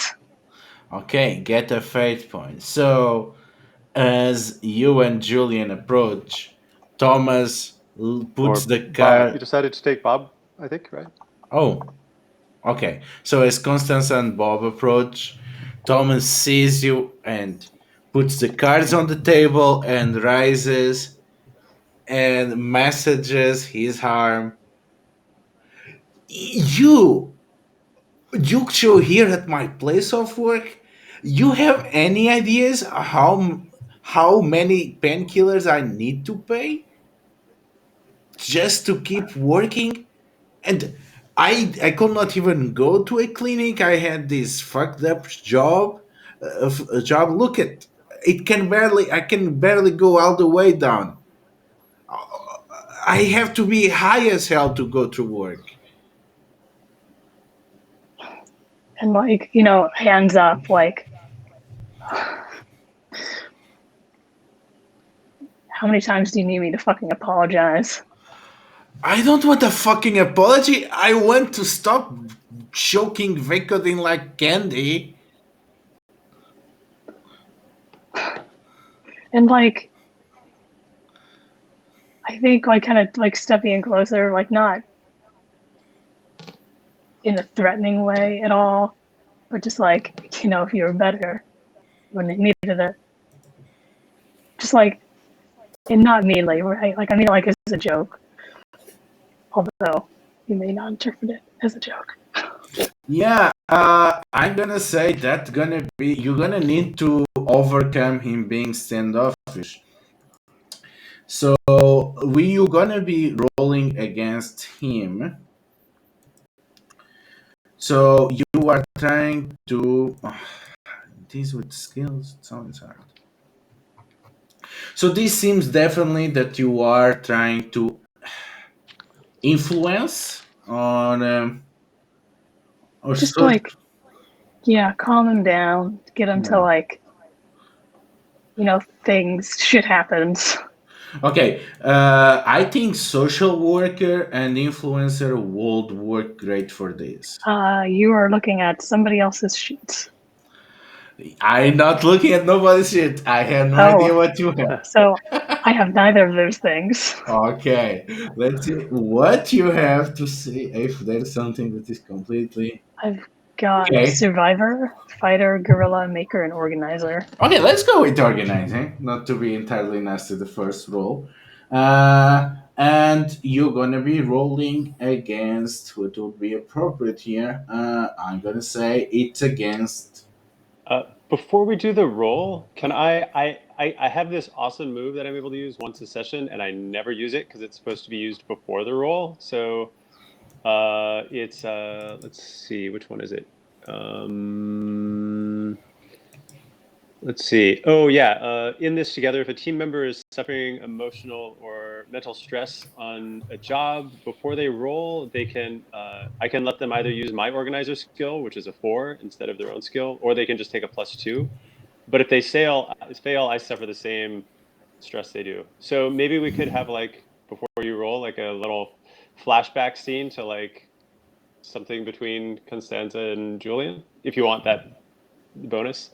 I got that move. It's like one of my main feats, and I never use it. I always forget to Am use it. am I suffering physical or mental stress here, or is That's that a, like a consequence of a roll? no.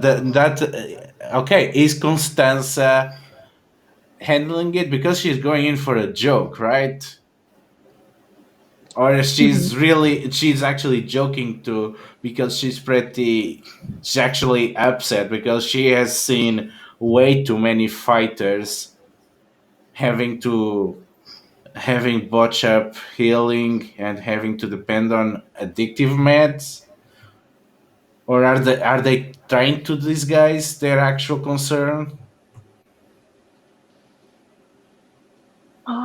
I don't feel like she's taking what happened to him personally. Like she's not feeling any intense like guilt over what happened. Okay, sorry, Julian, but Constance is pretty Okay. confident apparently. No Uh, problem. I mostly just want to remind everybody that I have like this is one of the main things my character can do. Like other than be bait, I can be like emotional support to help you with your roles. But you have to engage my character in that capacity in the fiction before you roll. So just a reminder to all the players.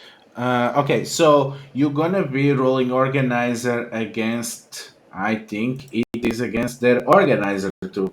No, actually, against their social worker. So I'm gonna give them a social worker of 2.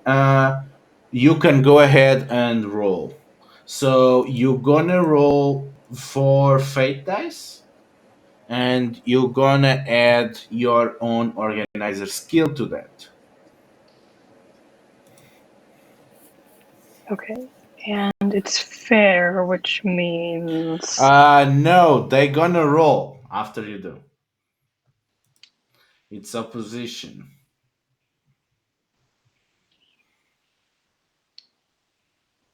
You mean your result? It's +2. It's +2.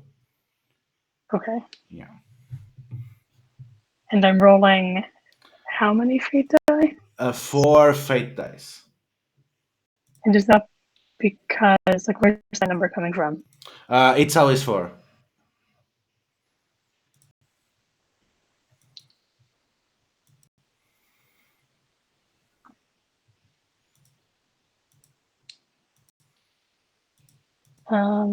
Two pluses, a minus, and a nothing.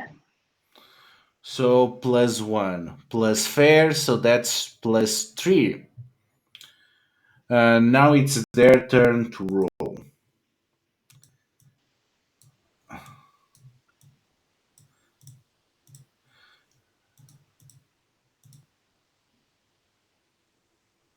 Oh, they roll poorly. They roll -1, so +1. So 3 versus 1. You are able to overcome this. So tell us how you disarm the situation and how you get him laughing alongside you. Yeah, I think I just like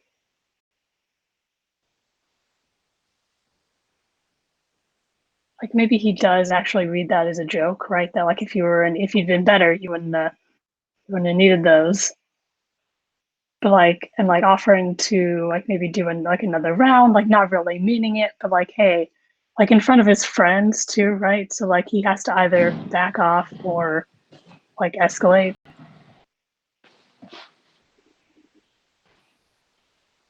Yeah, and he pulls off 2 chairs and signals you and Bob, "Come, sit.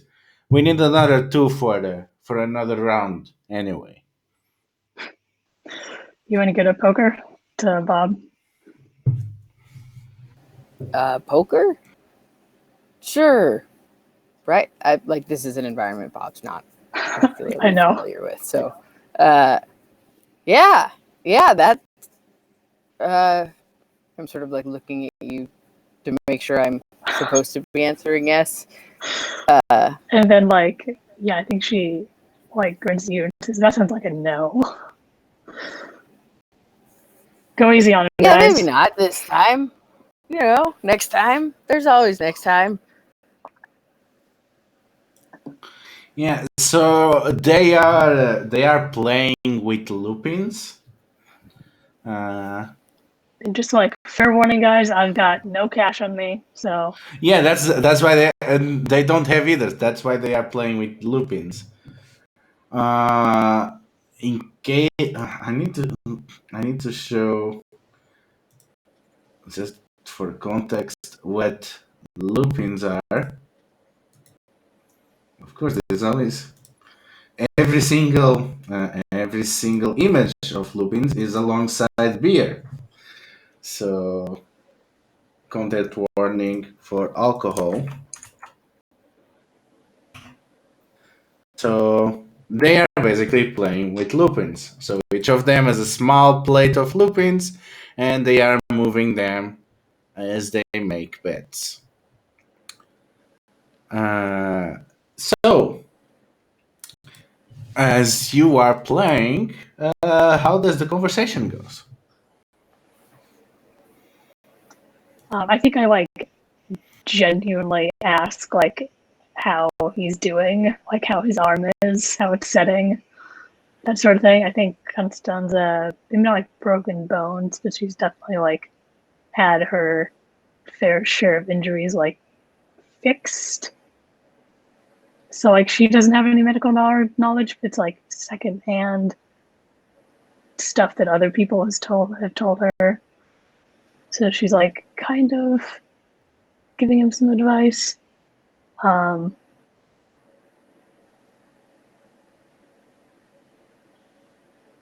Actually, Diego, do you think I would know that you genuinely have some medical experience? I noticed you've got medic on your list and first Yes, aid. part of the working with small children is lots of first aid. So, yeah, especially if you've seen me at the Fight Club thing, I probably have done the, yeah, no, it's not a huge deal. We can patch that up. Or no, really, you probably need a doctor. Sort of quick first aid stuff. Like we can So splint yeah, this, like but my goodness, dude. you should see a doctor if you can afford it. Oh wait, no, this is Europe. Health insurance is better. Not in Yeah, San so like I think Martino. once we're In San Martino, once health we've insurance is awful. it's basically America. Yeah, once we're sat down, I think like I'd wave the others in. Maybe Diego can like give him some real medical advice. Like this is a larger arm than I'm used to, but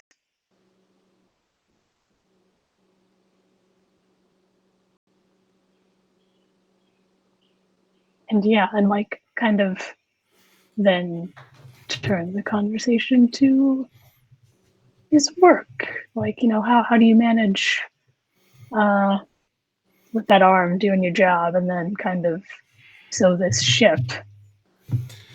Yeah, you will not believe, but my arm has been the less weird thing happening recently.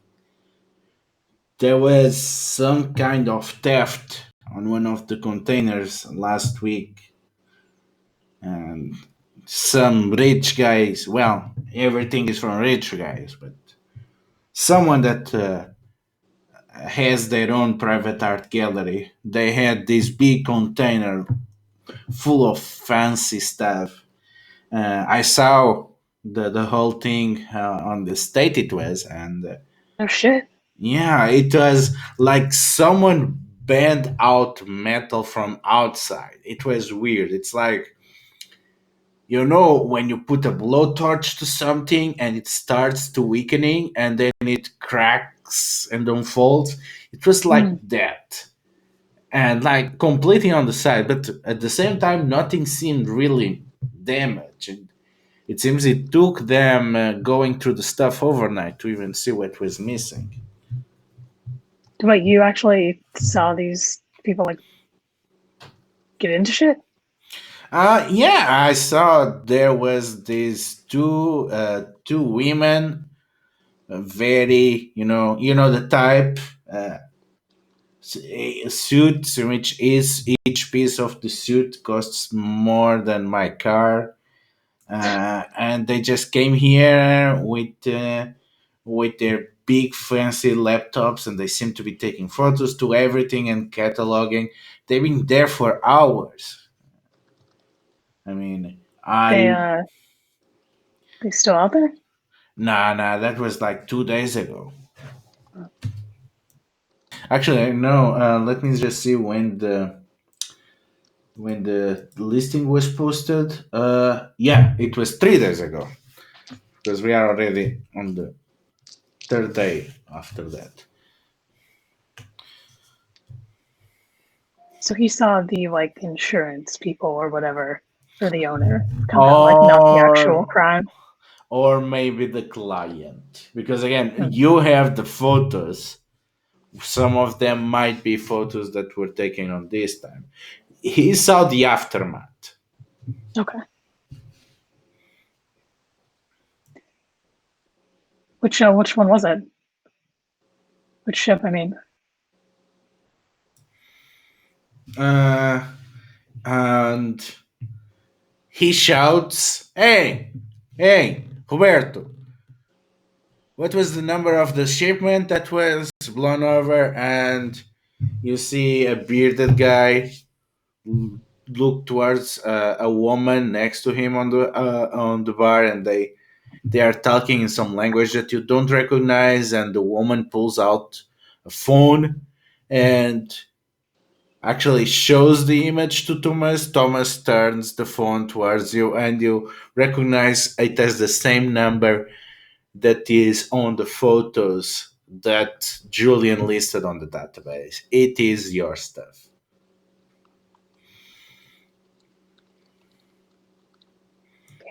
wondering what the best angle to take here is.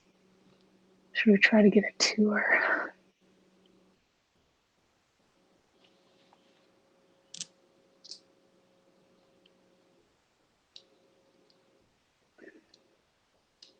What do you guys think? Because you're all here too. So what's happening exactly? We think this is somebody's phone, someone else's phone. No, he's just showing us pictures of the ship that was burgled. The shipping crate. The crate, and only the tablet was taken out of the crate. So presumably the two women in suits were the owners of the artifacts, or Yeah, the that's what I was client. gonna say. Okay. What was your Kind question, of. Constanza? Just I'm wondering, do you want to try to get a tour of the thing, or like, it's like he can show us photos and the aftermath, but we're not gonna actually see the site unless we go to it. I don't think, but like, I don't know. I think that's a Open good to idea. ideas Yeah, here. maybe there's some other clue. Diego's just kind of Maybe there's nodding some- along. I mean, you can find it quite easily. You know, they urgently emptied everything else, and then they left it, and they only pick this kind of stuff once every month, so they just shove it aside on a pile. You can go there yourselves and check it. Okay.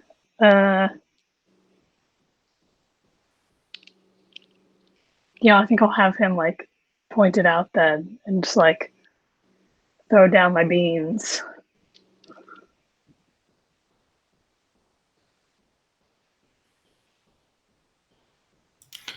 So, are we getting straight to the destroyed shipping container, or anyone wants to do something before we move there? I'm probably just like ribbing Bob about his terrible poker skills. He's too earnest. King's Come worth on. more than the queen's. Come on, he's too earnest. He wants to be friendly. He's not a pool shark, that's for sure. I mean, I feel like if there's a reason to try to like overcome an obstacle here, like if there's something that if we pried, there would be a clue behind it, or like anything suspicious, I'm willing to give it a shot. But if like we've basically exhausted everything, then I don't want to like waste. Well, You have you know how these games are. You never really exhaust everything. If you keep looking, you'll always find. The question is, do you want to find it here or somewhere else?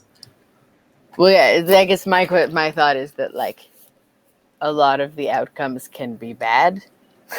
And so if there isn't a reason to think there's a good outcome to be found, it's like inviting bad where it doesn't need to be. And I feel like we have plenty of bad coming. So I don't know what everybody thinks as a group, if it's worth trying to. so mechanically, an obstacle is something that we kind of create in order to overcome it and get an advantage. Uh, So the way, I'll let Ludo, obviously. Basically, the most common actions outside of combat are going to be either you want to do some prep work to get an advantage later, then you do create an advantage. If you want to do something and there's something on your way, you do an overcome, and if you succeed, you do the action that you set yourself to do. In combat, then you can attack people and you can defense, which basically are specialized versions of overcome. So basically, if you want to get something done, you overcome. If you want to set up so that you do better the next time you want to do something, you create an advantage. Okay.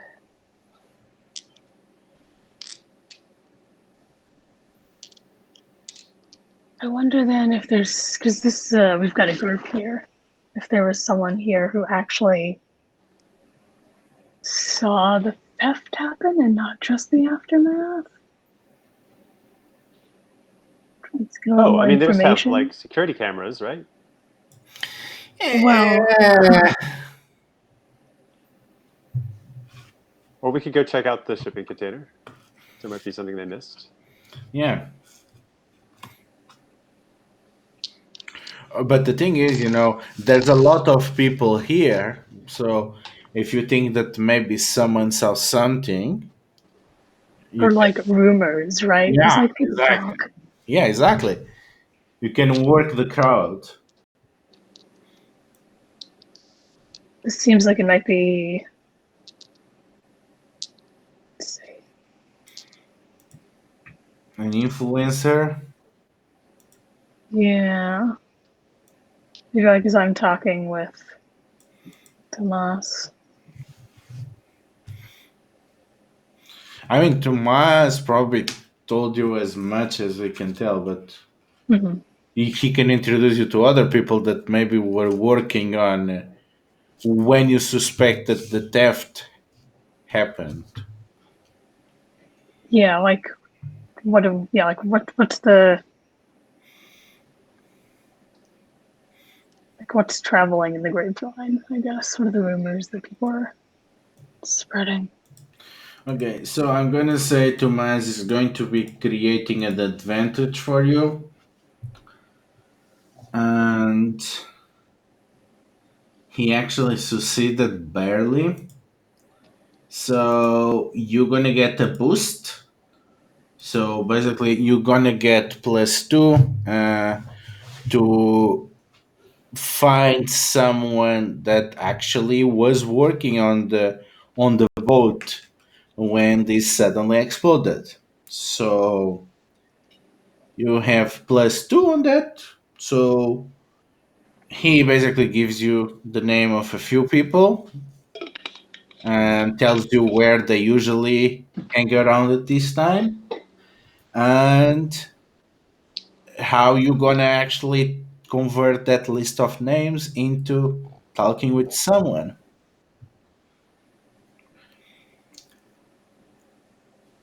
Yeah, I think I'll like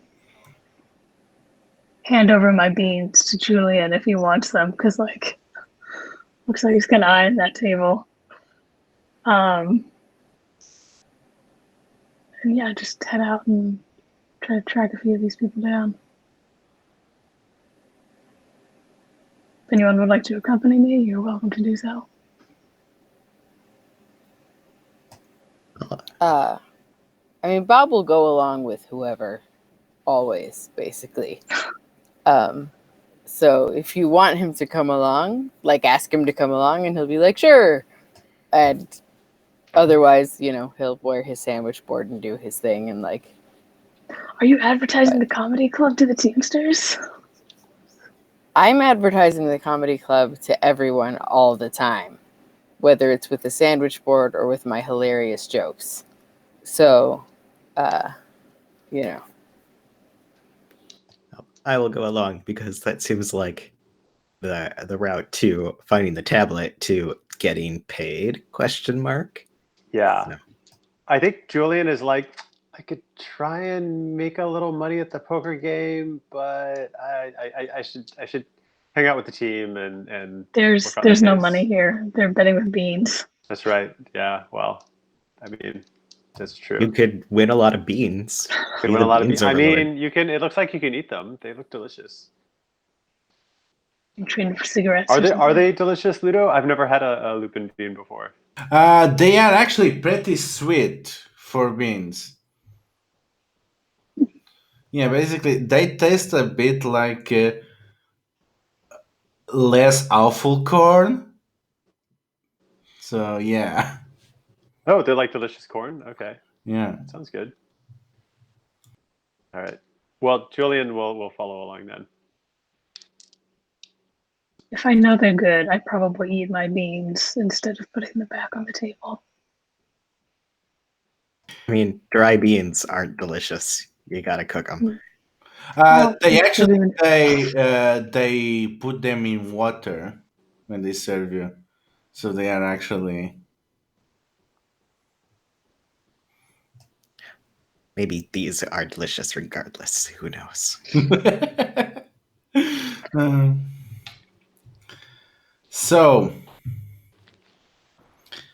uh, so let me get this straight. So, are you going to share the shipping container, or are you going to look into the peoples that Thomas gave the names of? Do we want to split up? My plan was going to talk to people and see if, like, what rumors they'd heard.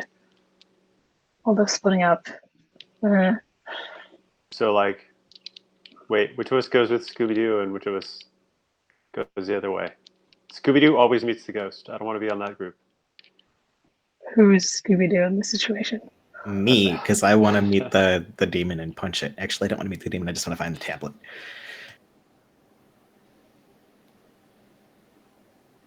I feel like Julian is like Shaggy,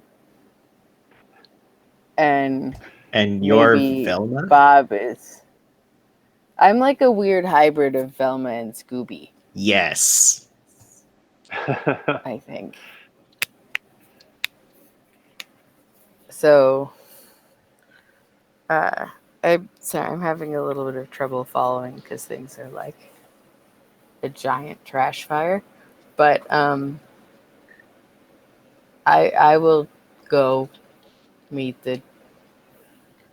Let's see, the demon, the We've got two options: churning the rumor mill, or investigating the shipping container. right.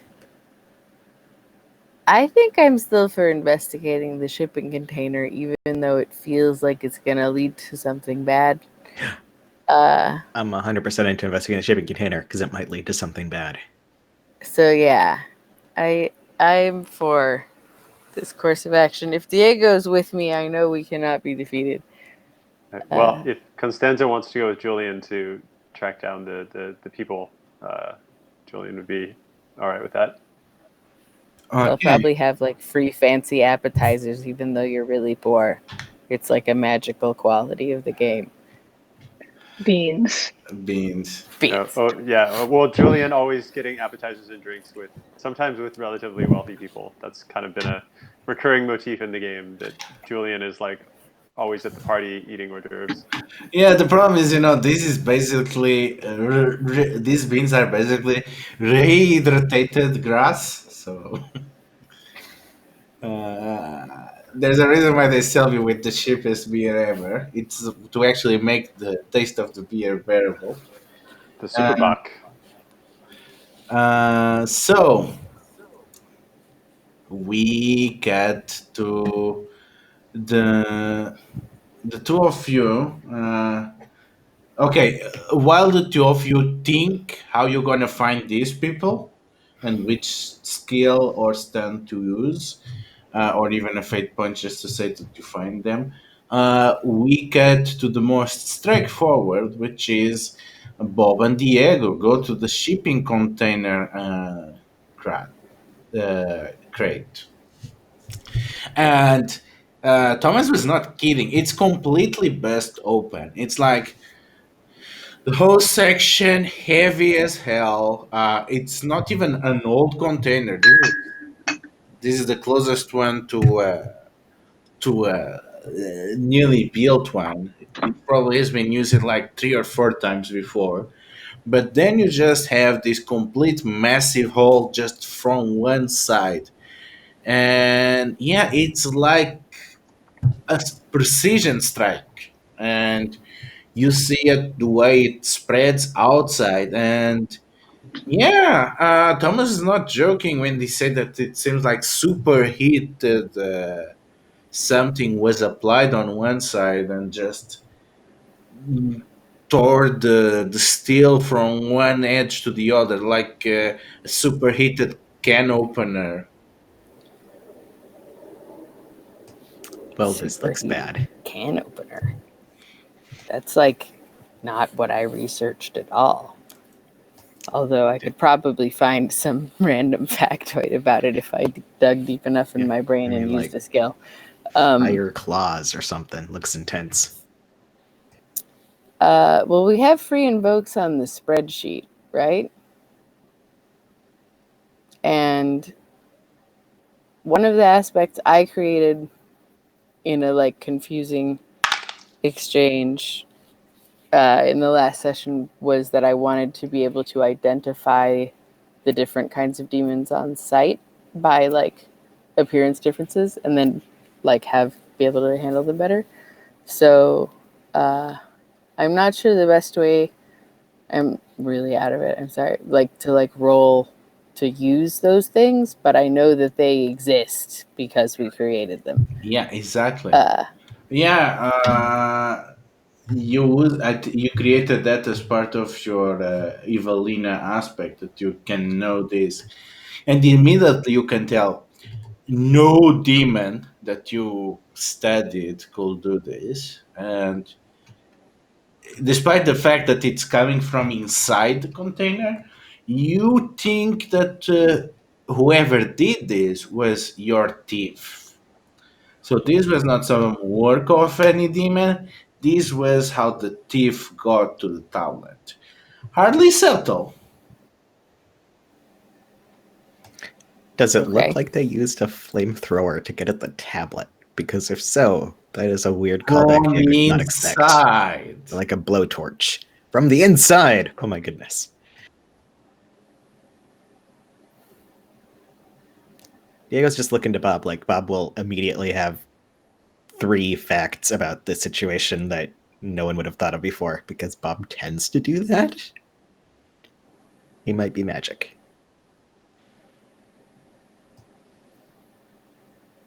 It does sound like magic. Why don't someone does me an occultism to figure it out?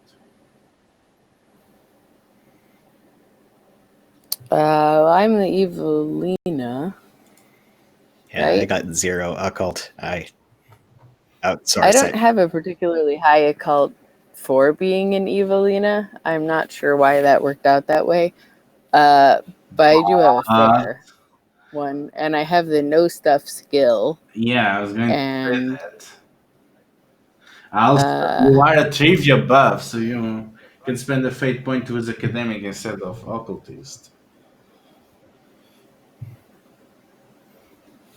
I can use what instead of occultist? Oh, a fate point with the Yeah, and then roll with academic instead, because yes, okay. I will do that because that will make it more likely that we don't get eaten. Okay, so this is going to be against a 4. Difficulty is going to be great. Okay, and I have a 4. I assume there's no way to get an edge because we're not actually. Well, you're Is not. there a way we can get the edge? Because we always want the edge if we can. Well, you need to see it as an overcome to get the edge. Maybe you can get the edge on this roll if it is good enough. If the monster is here. Okay. How would I what would I roll for to get the edge from this monster? Overcome. Is it that I would know more about it than it thought I did? From a narrative standpoint, right? Yeah, that you will know how the thief managed to do this and how you can use the same thing the thief used against the monster. Okay.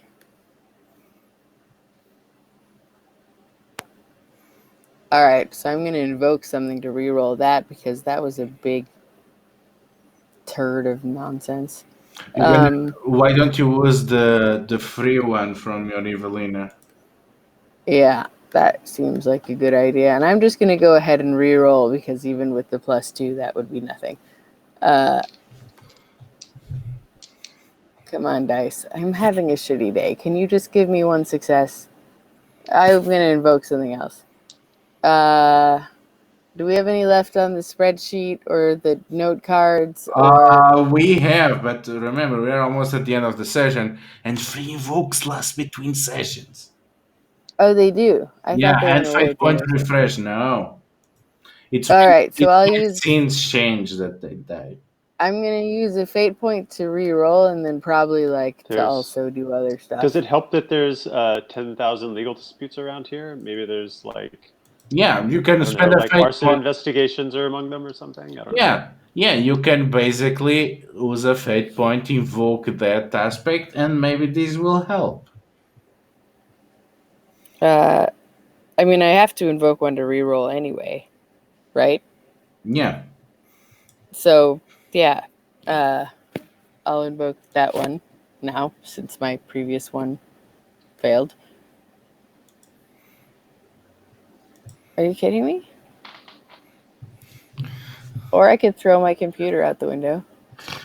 All right, I'll spend another fate point because fuck it. And I'll invoke comedic timing because this is hilarious. We're trying to end our session and I'm just rolling failures every single time. I feel like that's legit, even if it breaks the fourth wall. Yeah, those dice might be cursed. Yeah. All right, so that's like a flat 0. I have a 4 on academic. I'll use the rest of my fate points to boost them by 2 each on whatever aspects I have to give me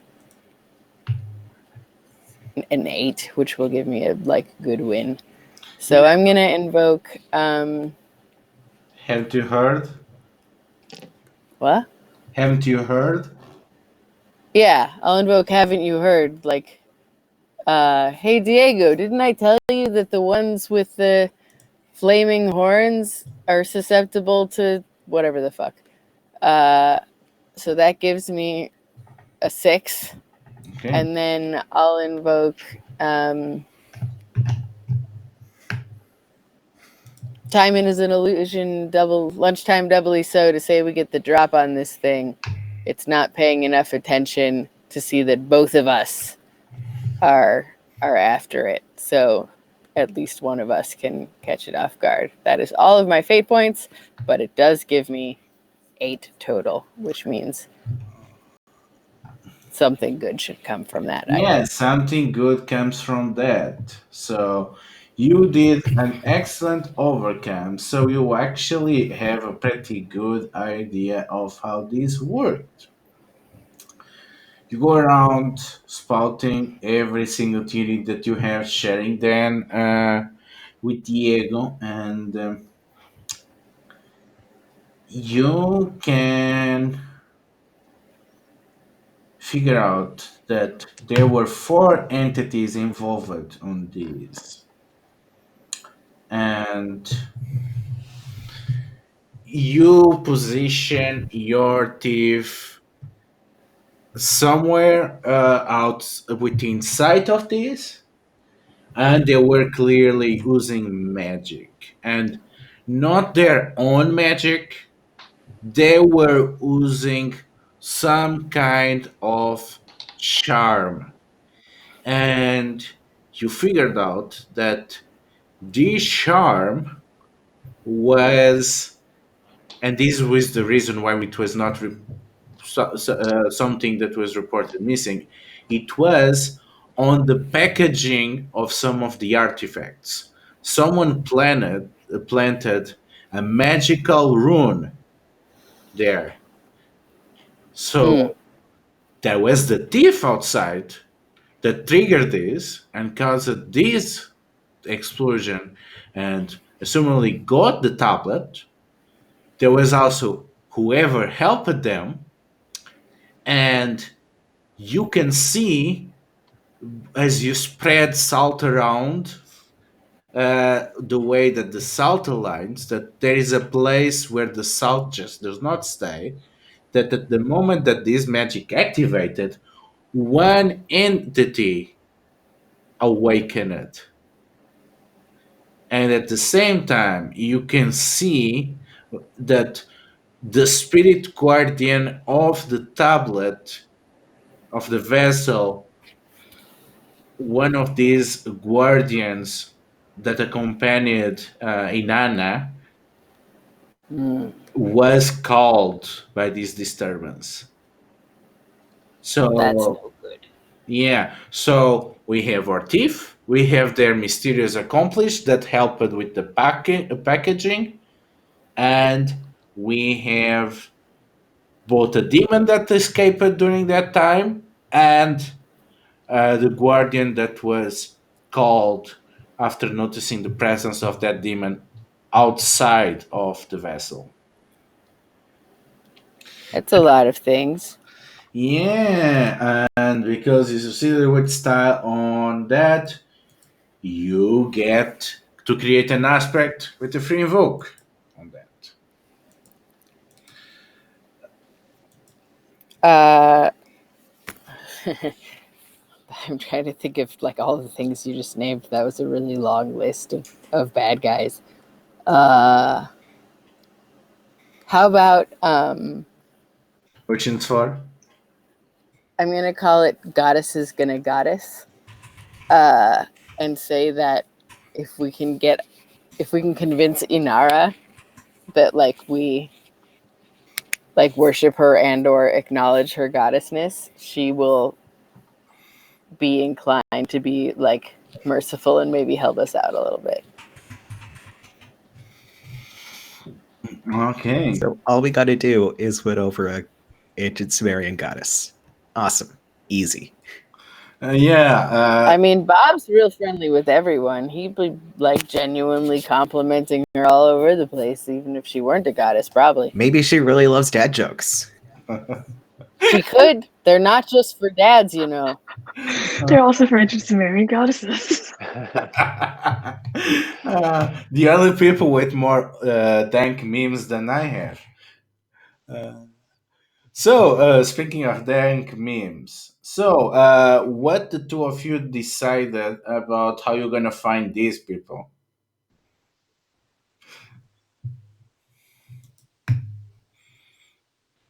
Oh, Or we're is this we're still Oh, up to we're me? going to do Because I like feel like I'm Constanza. kind of. oh, is that us or? Yeah, for the other half of the group that went around Okay. looking for the people that were on duty. So, I mean, Tomas gave us a couple names, right? I think Constanza just like stands up and like cups her hands around her mouth and just like shouts like, "Hey, this person This over is here." is this inside the bar, the place they were all hanging out already? I mean, They're just outside around like. Okay. yeah, they're around Oh, working. this is just outside. Okay. They're on the pier working.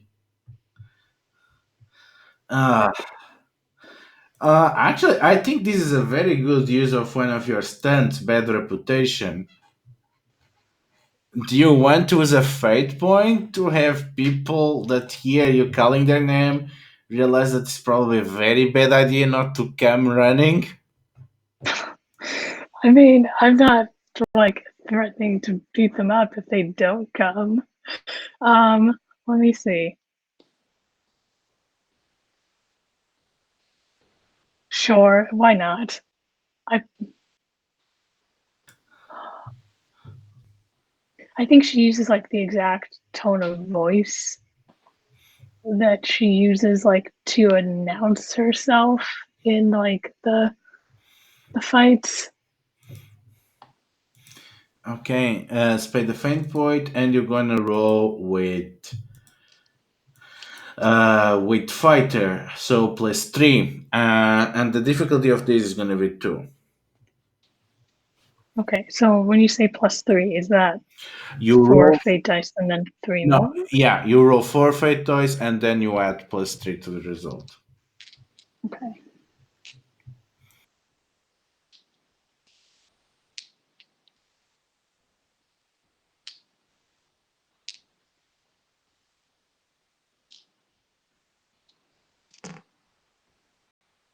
So that's a total of 3. Okay, just barely enough to succeed. So one of the workers nearest, the woman that you were calling is Rosa. She comes running, and she seems more than your match. And she looks at you, Don. Does she actually come running or just she comes? And the closest thing that she can run, considering all the many tools that she is packing, and she drops them and she examines you. What? I have a No whole rush. new set. I have a whole new set to finish before my shift is over. This better be Yeah, good. yeah. Hopefully it'll be useful. Um, Tomas said you were working the ship when someone broke in or broke out, or Yeah, yeah, I was. I was actually doing maintenance on one of these old boilers that they have on the ship. Nobody has pieces for that anymore, so I was doing that. right? I actually I saw when the damn thing exploded, but I also was near the phone when they called just before that. When you called, Yeah, there was the ship phone, old phone radio thing, and the I don't know, first mate wherever he was supposed to be waiting for a call for someone, and it seemed I could hear their conversation. There was this woman from the art gallery. I heard him call her Lena. So apparently, this Lena called just few minutes before the thing exploded,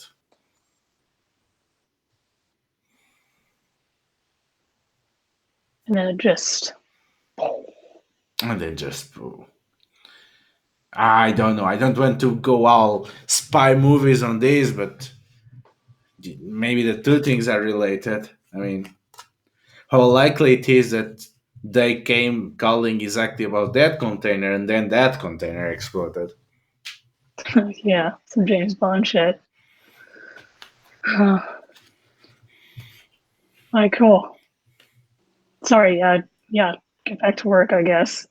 Yeah, anytime. Hey, don't lose next fight. I will have money on you. You bet on me. Yeah, of course I bet on you. I like making money. Hey. Okay, Yeah. so What is her actual name? I feel like I should know that now. Rosa, I'll write it down.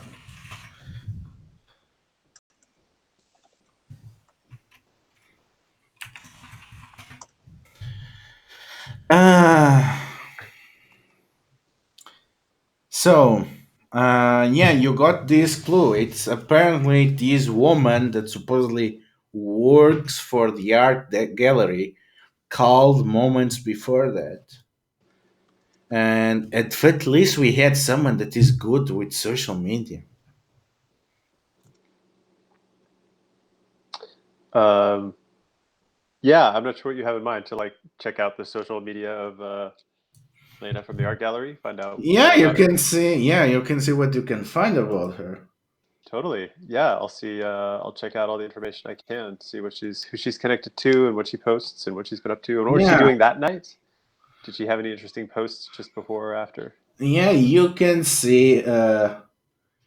You can do that. What is the skill again? Where is it? Influencer. Is it influencer?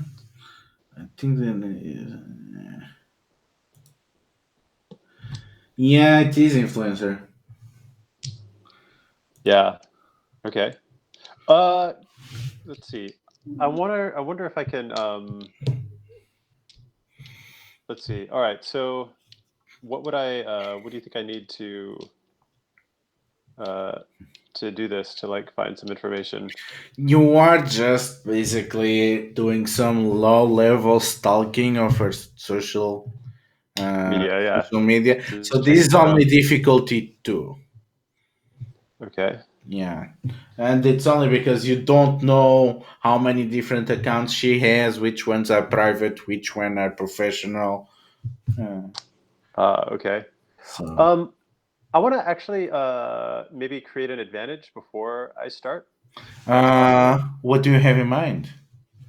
I was thinking I would like find her on Facebook and then I would basically like um, kind of like go through her friends and find mutual friends that like her friends that maybe I know through secondary people or whatever, and I would become friends with a bunch of her friends until I knew like a dozen of her friends, right? And then I would like make a friend request to her. So when she saw the friend request, it's like, oh yeah, I already know like 12 of her friends, and maybe she'll actually like connect with me as a friend, and then I'll be able to see like more of the posts on that she made instead of just her public posts.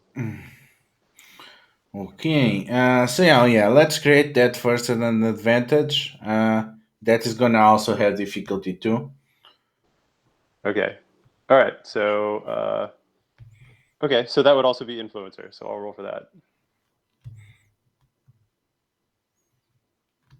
Yeah. Oh, oh, it changed again. It always changes, but that's fine. So I got a +1 for that one, and then I have a base of 3 for good influencer. So that would be 4. So that would So work to create that advantage, right? yeah, so you create an aspect with one free An invoke. aspect. Okay. So what is the aspect? Okay. The aspect, Facebook friends with Lena. Yeah. Uh, so uh,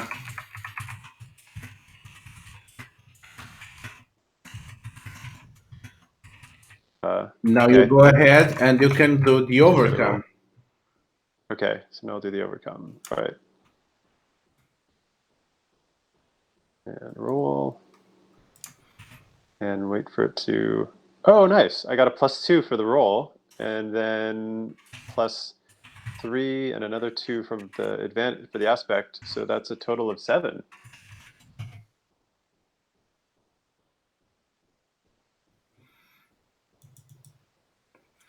Okay, so you actually get overcome with style. So you get into pretty much every social network. You have pretty idea that you have all the profiles that she has, and you go even looking into her into more obscure stuff.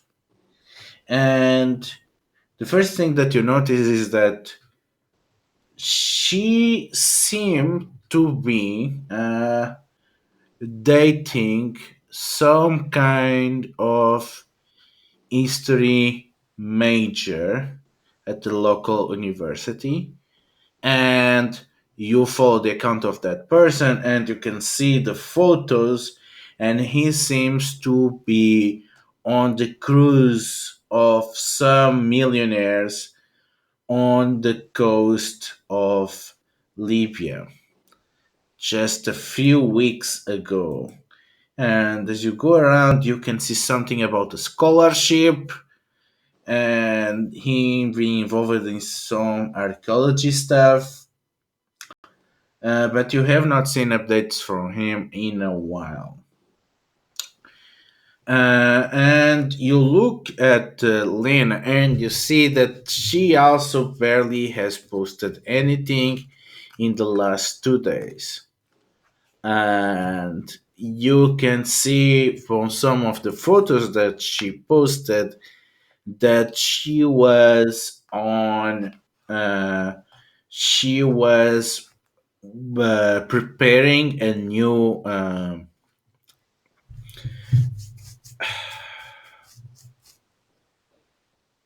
installation at one of the art galleries to which she seems to be working. Uh, I think we had the name already.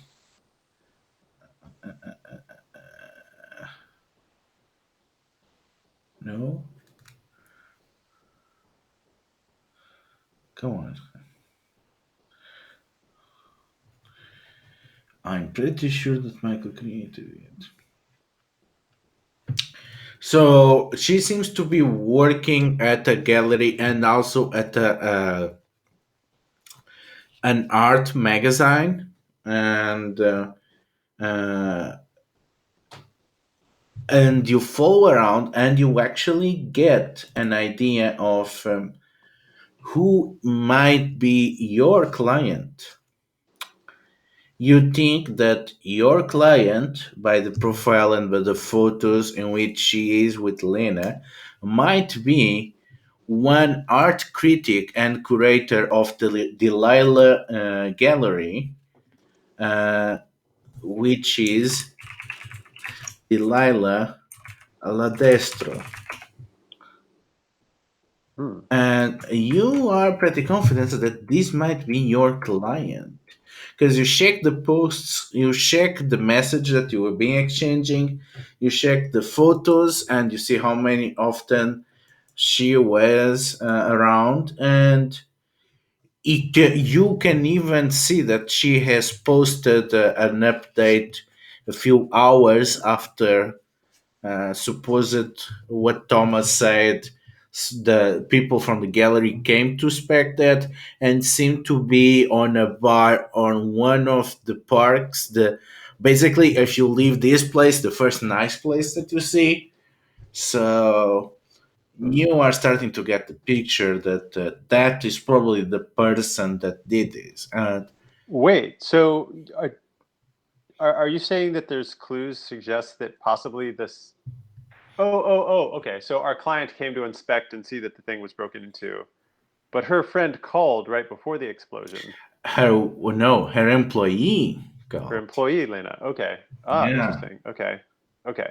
And again, So yeah, maybe Lena was stealing from her own boss who hired us or stealing on or something. behalf of her boss, but then why will the boss put it on the app?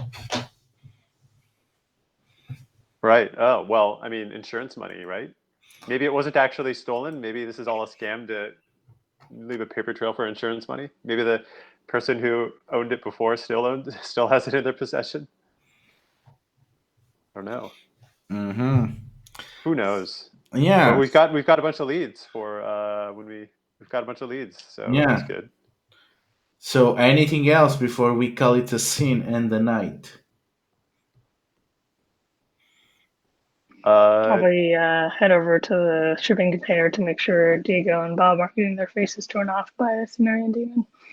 But Yeah. it's reconvene. Just getting our faces torn off by Sumerian demon. But no. Okay, so yeah, and we cut here, and let's go to a quick round of stars